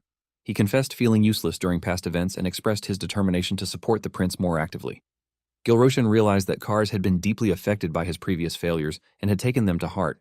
Before the argument could escalate further, the remaining thugs attempted to flee. But Sui intercepted them with fire magic, warning that she'd roast them alive if they tried to run. The thugs froze in terror. Sui then suggested letting Gilroshan fight on his own. Kars questioned her, but she emphasized the importance of Gilroshan learning to protect himself. She reminded Kars that even safe havens like the Imperial Palace had failed them, and there might come a time when neither of them could be there to help. Allowing the prince to fight would be a step toward his independence. Kars acknowledged her point, calling it a form of loyalty. The system then notified that the novice ruffian and scammer of the back alleys had been subdued. One of the thugs, trembling, begged for mercy. Kars praised Gilroshan, and Sui commended his efforts. Internally, Gilroshan admitted the fight wasn't as hard as facing someone like Elon Royd, but battling two thugs at once had still pushed his limits. He realized he needed to grow stronger quickly to survive. Kars asked what should be done with the thugs. One of them begged again, promising to live quietly if spared. But Gilroshan thought back to how letting delinquents go usually led to more trouble, as they often regrouped and sought revenge. With a bold declaration, Gilroshan revealed his identity as the Prince of the Back Alleys, claiming he had come under royal orders to take control of the area. He questioned whether someone like him would show mercy to criminals like them. Suddenly, he slashed one of the thugs with his sword. Sui, shocked by the blood, asked if that was necessary, calling it cruel. Gilroshan internally panicked, wondering if even his allies were fooled. Though there was more blood than expected, he realized the thug had fainted just from the sight of it. The system explained that the flashy bleeding effect was a result of the skill Sadistic Taste, which had minimal actual damage but dramatic visuals. Gilroshan hadn't expected to use the skill in this way. The remaining thug begged for his life, promising to do anything. Gilroshan confirmed his willingness and then asked his name, recalling it was Thompson. When Thompson agreed, Gilroshan offered him a deal, not to serve as a vassal but to act as a guide. Thompson hesitated but understood. Gilroshan clarified that he simply wanted a tour of the back alleys, not a museum trip. Urging Thompson to move quickly, he pointed out that the unconscious thug wasn't dead and they had no time to waste. The group began moving forward, with Thompson leading the way. As they walked, Gilroshan took a bite of Thompson's bread and complimented its taste. Thompson replied that his mother had packed it, praising her cooking skills. Gilroshan suddenly smacked Thompson on the head, scolding him for living like a thug despite having a caring mother. He expressed his frustration, revealing that he had never known the warmth of a mother's cooking. Hearing this, Kars questioned why the prince didn't have a mother. Sui chimed in, mentioning that he had the Empress. Gilroshan grew internally frustrated as they brought up the royal family again, realizing the act had gone on long enough. Soon, Thompson pointed out the entrance to the black market ahead and asked if he could leave now. Gilroshan dismissed the idea, reminding him that the invitation was essential for entry into the black market. Since Gilroshan needed to hide his identity, he insisted on using aliases. He urged Thompson to take the lead. Nervously, Thompson explained that only influential figures could invite someone in. As a rookie, he feared being beaten if he brought a guest. Gilroshan brushed off the concern, claiming that the title of the Big Three of the back alleys should be enough to qualify. He reassured Thompson and pushed him to knock on the door. Thompson hesitantly knocked, but Sui remarked on his weak grip and questioned if he was eating properly. Thompson responded that no one seemed to be home, and suggested returning later. Ignoring him, Gilroshan forcefully knocked on the door himself, alarming Thompson. From inside, a voice demanded to know who was knocking. Thompson identified himself, hoping it would help. The man inside, confused, didn't recognize the name. Thompson explained he was from the West District and had brought a guest. The door opened, revealing a furious man who berated Thompson for his audacity. He shouted about rookies having no shame and threatened him for bringing someone without paying dues. As he demanded to know who trained him, Gilroshan interrupted and reminded the man to treat customers properly, implying business should come before insults. The man, still irritated, ignored Gilroshan and continued berating Thompson. He ordered all seniors under him to line up immediately. In response, Gilroshan extended 30 gold coins as an entrance fee. He emphasized the amount, noting that it was his entire reward for arriving in Auraxis. Pal, the man at the gate, looked at the coins and calmly returned them. He stated that the black market didn't accept entrance fees and only evaluated if someone was worth dealing with. Gilroshan acknowledged this, happy to have saved money, and asked if he could enter. Pal agreed and opened the way. Gilroshan added one more condition. He wanted Thompson to be their guide. Thompson, surprised, hesitated, but Pal encouraged him to do his best. Accepting the task, Thompson promised to give it his all. Welcoming them inside, Pal led them into the black market. Sui expressed surprise at the hidden space behind the door. Kars compared it to an anthill but quickly corrected himself and addressed Gilroshan formally. Thompson asked where he should guide them next. Gilroshan directed them to the upper floor, stating that's where they needed to go. Thompson panicked, explaining that he was just a rookie and didn't know the way there. Gilroshan told him not to worry. Suddenly, Sui ran ahead, yelling for her disciple to follow. She claimed she could sense magical energy and urged them to hurry. Gilroshan muttered that witches tend to go wild when they sense magic items. The rest of the group followed her without hesitation. Meanwhile, a vendor in the market proudly displayed a rare item, boasting about a terrifying twin-headed ogre. As the group continued chasing after Sui, she stopped at a particular door, announcing the presence of a luxurious magical aura. Gilroshan reminded her of their original goal, to prepare for the upcoming disaster. Sui acknowledged that, and Kars added that acquiring a magical item for her was part of the plan. Sui asked if that was true, and Gilroshan confirmed, saying he'd been bothered by her previous outburst. Gilroshan thought to himself that despite Sui's inherited memories and maturity, she still acted like a typical 19-year-old boy at times. Sui then screamed that they had to hurry before someone else took her item. She pushed them to move quickly.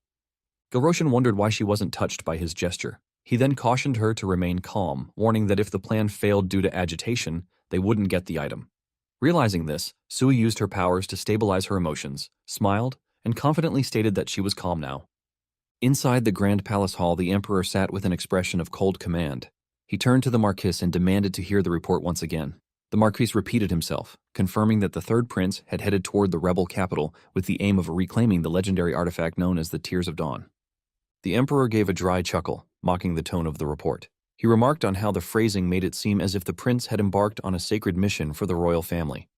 The Marquis, unfazed, reaffirmed that it was the truth. The third prince had acted alone, driven solely by the ambition to seize the Empire's great treasure. Tension filled the air around them. The Emperor narrowed his gaze and asked if the Marquis had come merely to amuse him. The Marquis insisted that he had revealed everything he knew. Accepting this, the Emperor allowed him to rise, clarifying that his disbelief stemmed from how useless Gillisan had always seemed. It was hard to accept that someone like Gillisan could have caught the prophet's disease. Turning his attention elsewhere, the Emperor asked the Lord Chamberlain for the whereabouts of the Royal Knight's captain.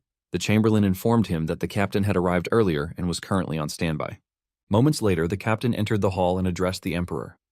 The Marquis glanced at him, recognizing him as Cedric Penn, the Empire's spear and the Emperor's loyal hunting dog. Though known for his blind devotion, his sudden appearance raised questions in the Marquis's mind. Without hesitation, the Emperor issued his command. Duke Penn was to select personnel skilled in stealth and place the third prince under strict surveillance. If, by chance, the prince succeeded in recovering the Tears of Dawn, he was to be brought immediately to the imperial palace. Should the prince resist, the use of force was permitted. Additionally, if the prince were to die, Cedric was instructed to retrieve the body at any cost. The Emperor wanted to personally verify the presence of the prophet's disease, even if it meant the body returned with missing limbs. Cedric accepted the order without question. Watching this unfold, the Marquis was silently horrified. Despite everything, the Emperor was dealing with his own son. With the orders given, the Emperor dismissed the room, allowing everyone to leave. As the Marquis departed, his thoughts turned to warning the prince. He knew the prince was being watched and felt a sense of urgency. But reaching him in the middle of Auraxis would be no easy task. Gilroshan and his companions pushed open the grand door and stepped inside. Sui looked around in awe, clearly startled by the sight before her. A bright smile lit up her face as she took in the surroundings, amazed by how it felt like an entirely different world. Gilroshan reminded her to remain calm. Sui nodded, acknowledging she would keep it in mind. Suddenly, Kars pointed ahead and called for Gilroshan's attention. Gilroshan immediately snapped, questioning who Kars was calling Your Highness. Kars quickly tried to correct himself but shifted focus, gesturing towards someone in the distance. It was Ergal. Seeing Ergal, Gilroshan grew wary. His inner thoughts turned cynical, wondering what Ergal was doing here and why he looked so tense. Almost like a dog needing to relieve itself. Deciding it wasn't worth the trouble, Gilroshan told Kars to ignore him and move on. Thompson, sensing something, asked if Ergal was an acquaintance. Gilroshan admitted they knew each other, but the relationship felt uncomfortably strained, perhaps even more than he initially realized. Thompson noted that Ergal was approaching them. Ergal arrived and greeted them cheerfully. Gilroshan, confused by his overly friendly tone, found it suspicious and braced himself for a nuisance. Pretending to be polite, he tried to cut the interaction short and said they were busy. But Ergal stopped them. Kars stepped forward, warning Ergal not to address his master's name so openly. He reminded him that his lord was keeping his identity secret, and calling out his name could cause problems. Ergal took the warning seriously, but quickly shifted the topic. He mentioned a promotional deal, multiple items for a lower price, and suggested teaming up for a purchase. He justified it by calling them comrades who had faced death together. Gilroshan watched him closely. Ergal's uncharacteristic behavior made him suspicious. Convinced Ergal had an ulterior motive, he turned him down. He firmly stated he didn't like doing business with others and walked away.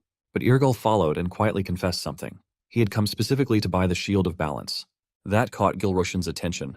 The Shield of Balance was a prized item among players. Coincidentally, he had also come for the same reason.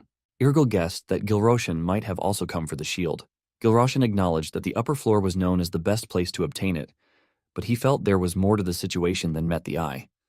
Ergal hesitated, then admitted he was short on money. Gilroshan was surprised. Ergal repeated his words, this time more embarrassed.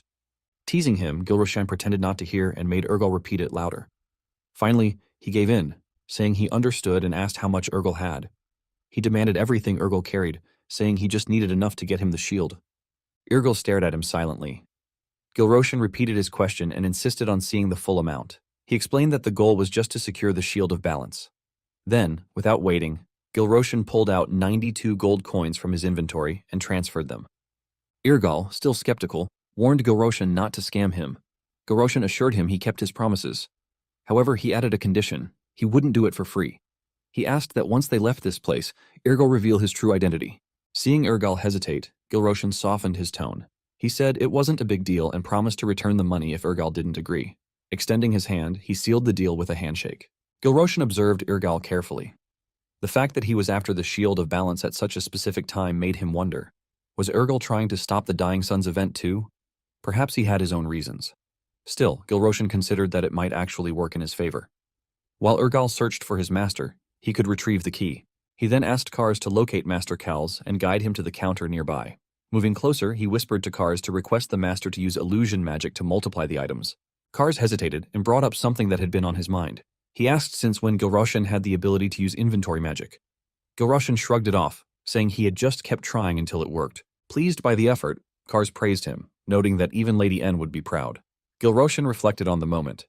The inventory function he received upon arriving in Arax was just a convenient spell in this world. Still, it was surprising that Gilrosian, the prince of the Magic Empire, had only now mastered it. Soon after, they entered the shop where a lady welcomed them. Gilroshan inquired about the price of the Shield of Balance. She informed him it was now 120 gold. Ergal immediately pointed out that it had been 110 just moments ago. Gilroshan echoed the surprise, noting it was 10 gold more than what his friend mentioned. The lady explained that this was his first time on the upper floor, and prices here fluctuated dynamically based on the situation. Gilroshan recalled how beginners were usually scammed here. They either overpaid for an item or lost everything to shady games, even their clothes. When the lady asked if he still intended to buy, Gilroshan reflected on his past. He had previously obtained 3 notable items from this very place: the bow named Swiftkill, the magic accessory called the Forest Bracelet, and the Shield of Balance. Yet even with Ergal's 92 gold, one shield couldn't be purchased. He had only 30 gold himself. Knowing the shop's dishonest nature, Gilroshan planned to scam them back.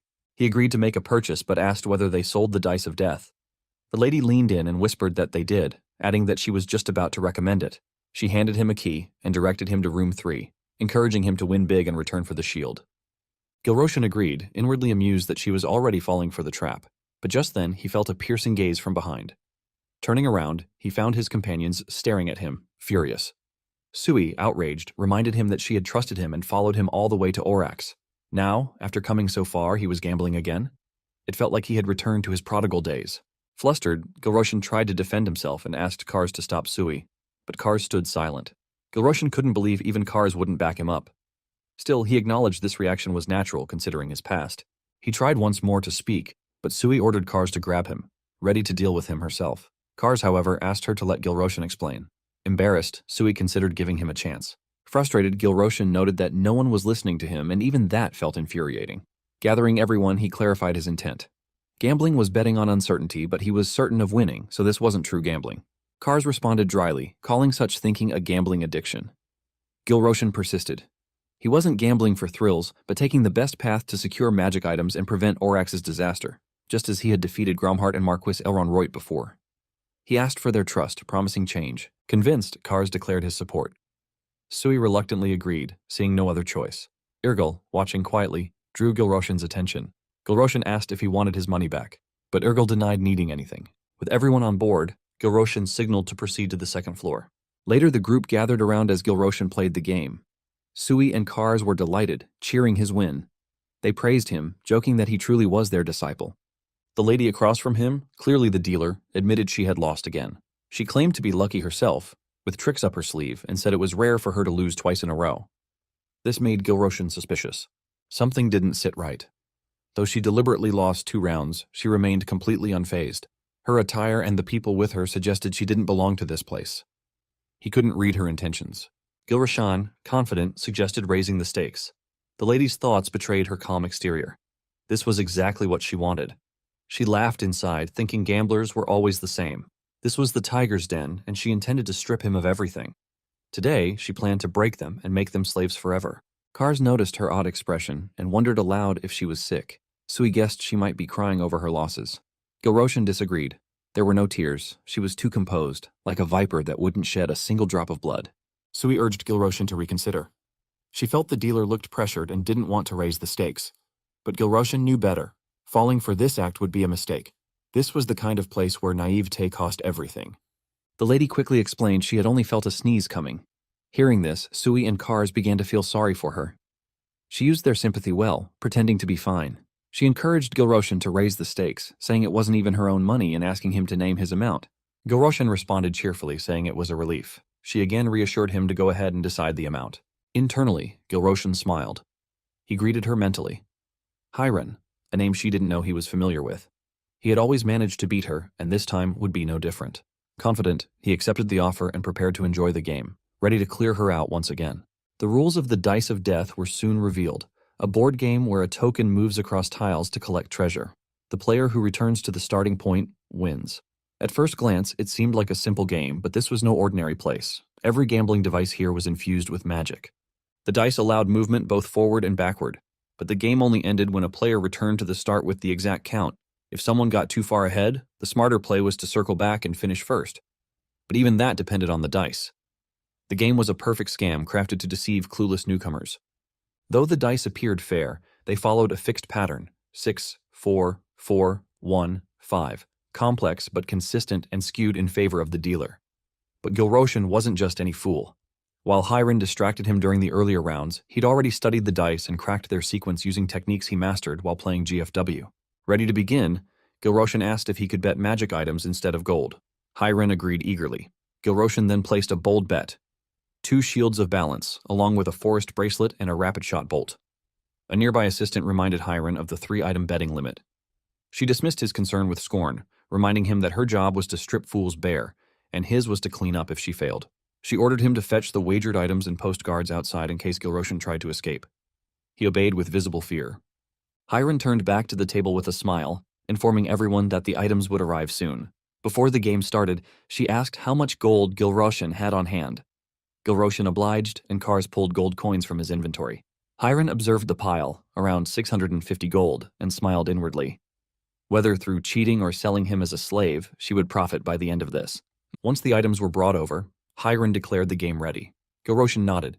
She gestured toward the dice. He handed them over casually, claiming he was unfamiliar with the rules and letting her go first. Hiren accepted, and the game commenced. Goroshin anticipated her next roll would be a 2. He predicted she'd skip over the 50 gold treasure for now, planning to bait him with early winnings before sweeping in to claim everything. The classic gambler's strategy: give hope before crushing it. But Gilroshin wasn't the sucker. Hiran was. He'd memorized the dice pattern and tested its reactions. Now, he was ready to flip the game. He rolled a 6. Hiran flinched. When he asked if something was wrong, she brushed it off, blaming the dry room. Gilroshin knew better. The dice were meant to land on 4, but they hadn't. She was losing control of her rigged game. Then it was Hiran's turn. She rolled and relaxed. The result fell in line with the expected sequence, but the treasure was 1 tile away, perfectly staged for him to win next. Kars and Sui chimed in, lightheartedly teasing Gilroshin, saying he should roll from the heart. He didn't mind. For once, he didn't have to fake disappointment. Hiran reassured them that moving backward was allowed, keeping the hope alive. She rolled a 2, aiming for a 5, and missed the gold. Worse, she accidentally gave herself a reward meant for Gilroshin. Her confusion grew, the pattern was breaking down, and she didn't know why. Gilroshin, however, knew the secret. The key wasn't just recognizing the pattern, but altering it subtly, what veteran players called a phantom roll. He'd nudged the dice mid-roll to skip ahead. When he glanced at Urgal, he wondered how someone who outsmarted Grumhart couldn't recognize this trick. But Urgal promised to reveal his identity after receiving the shield, so for now, Gilroshin focused on dismantling Hiran. With that, he secured another win.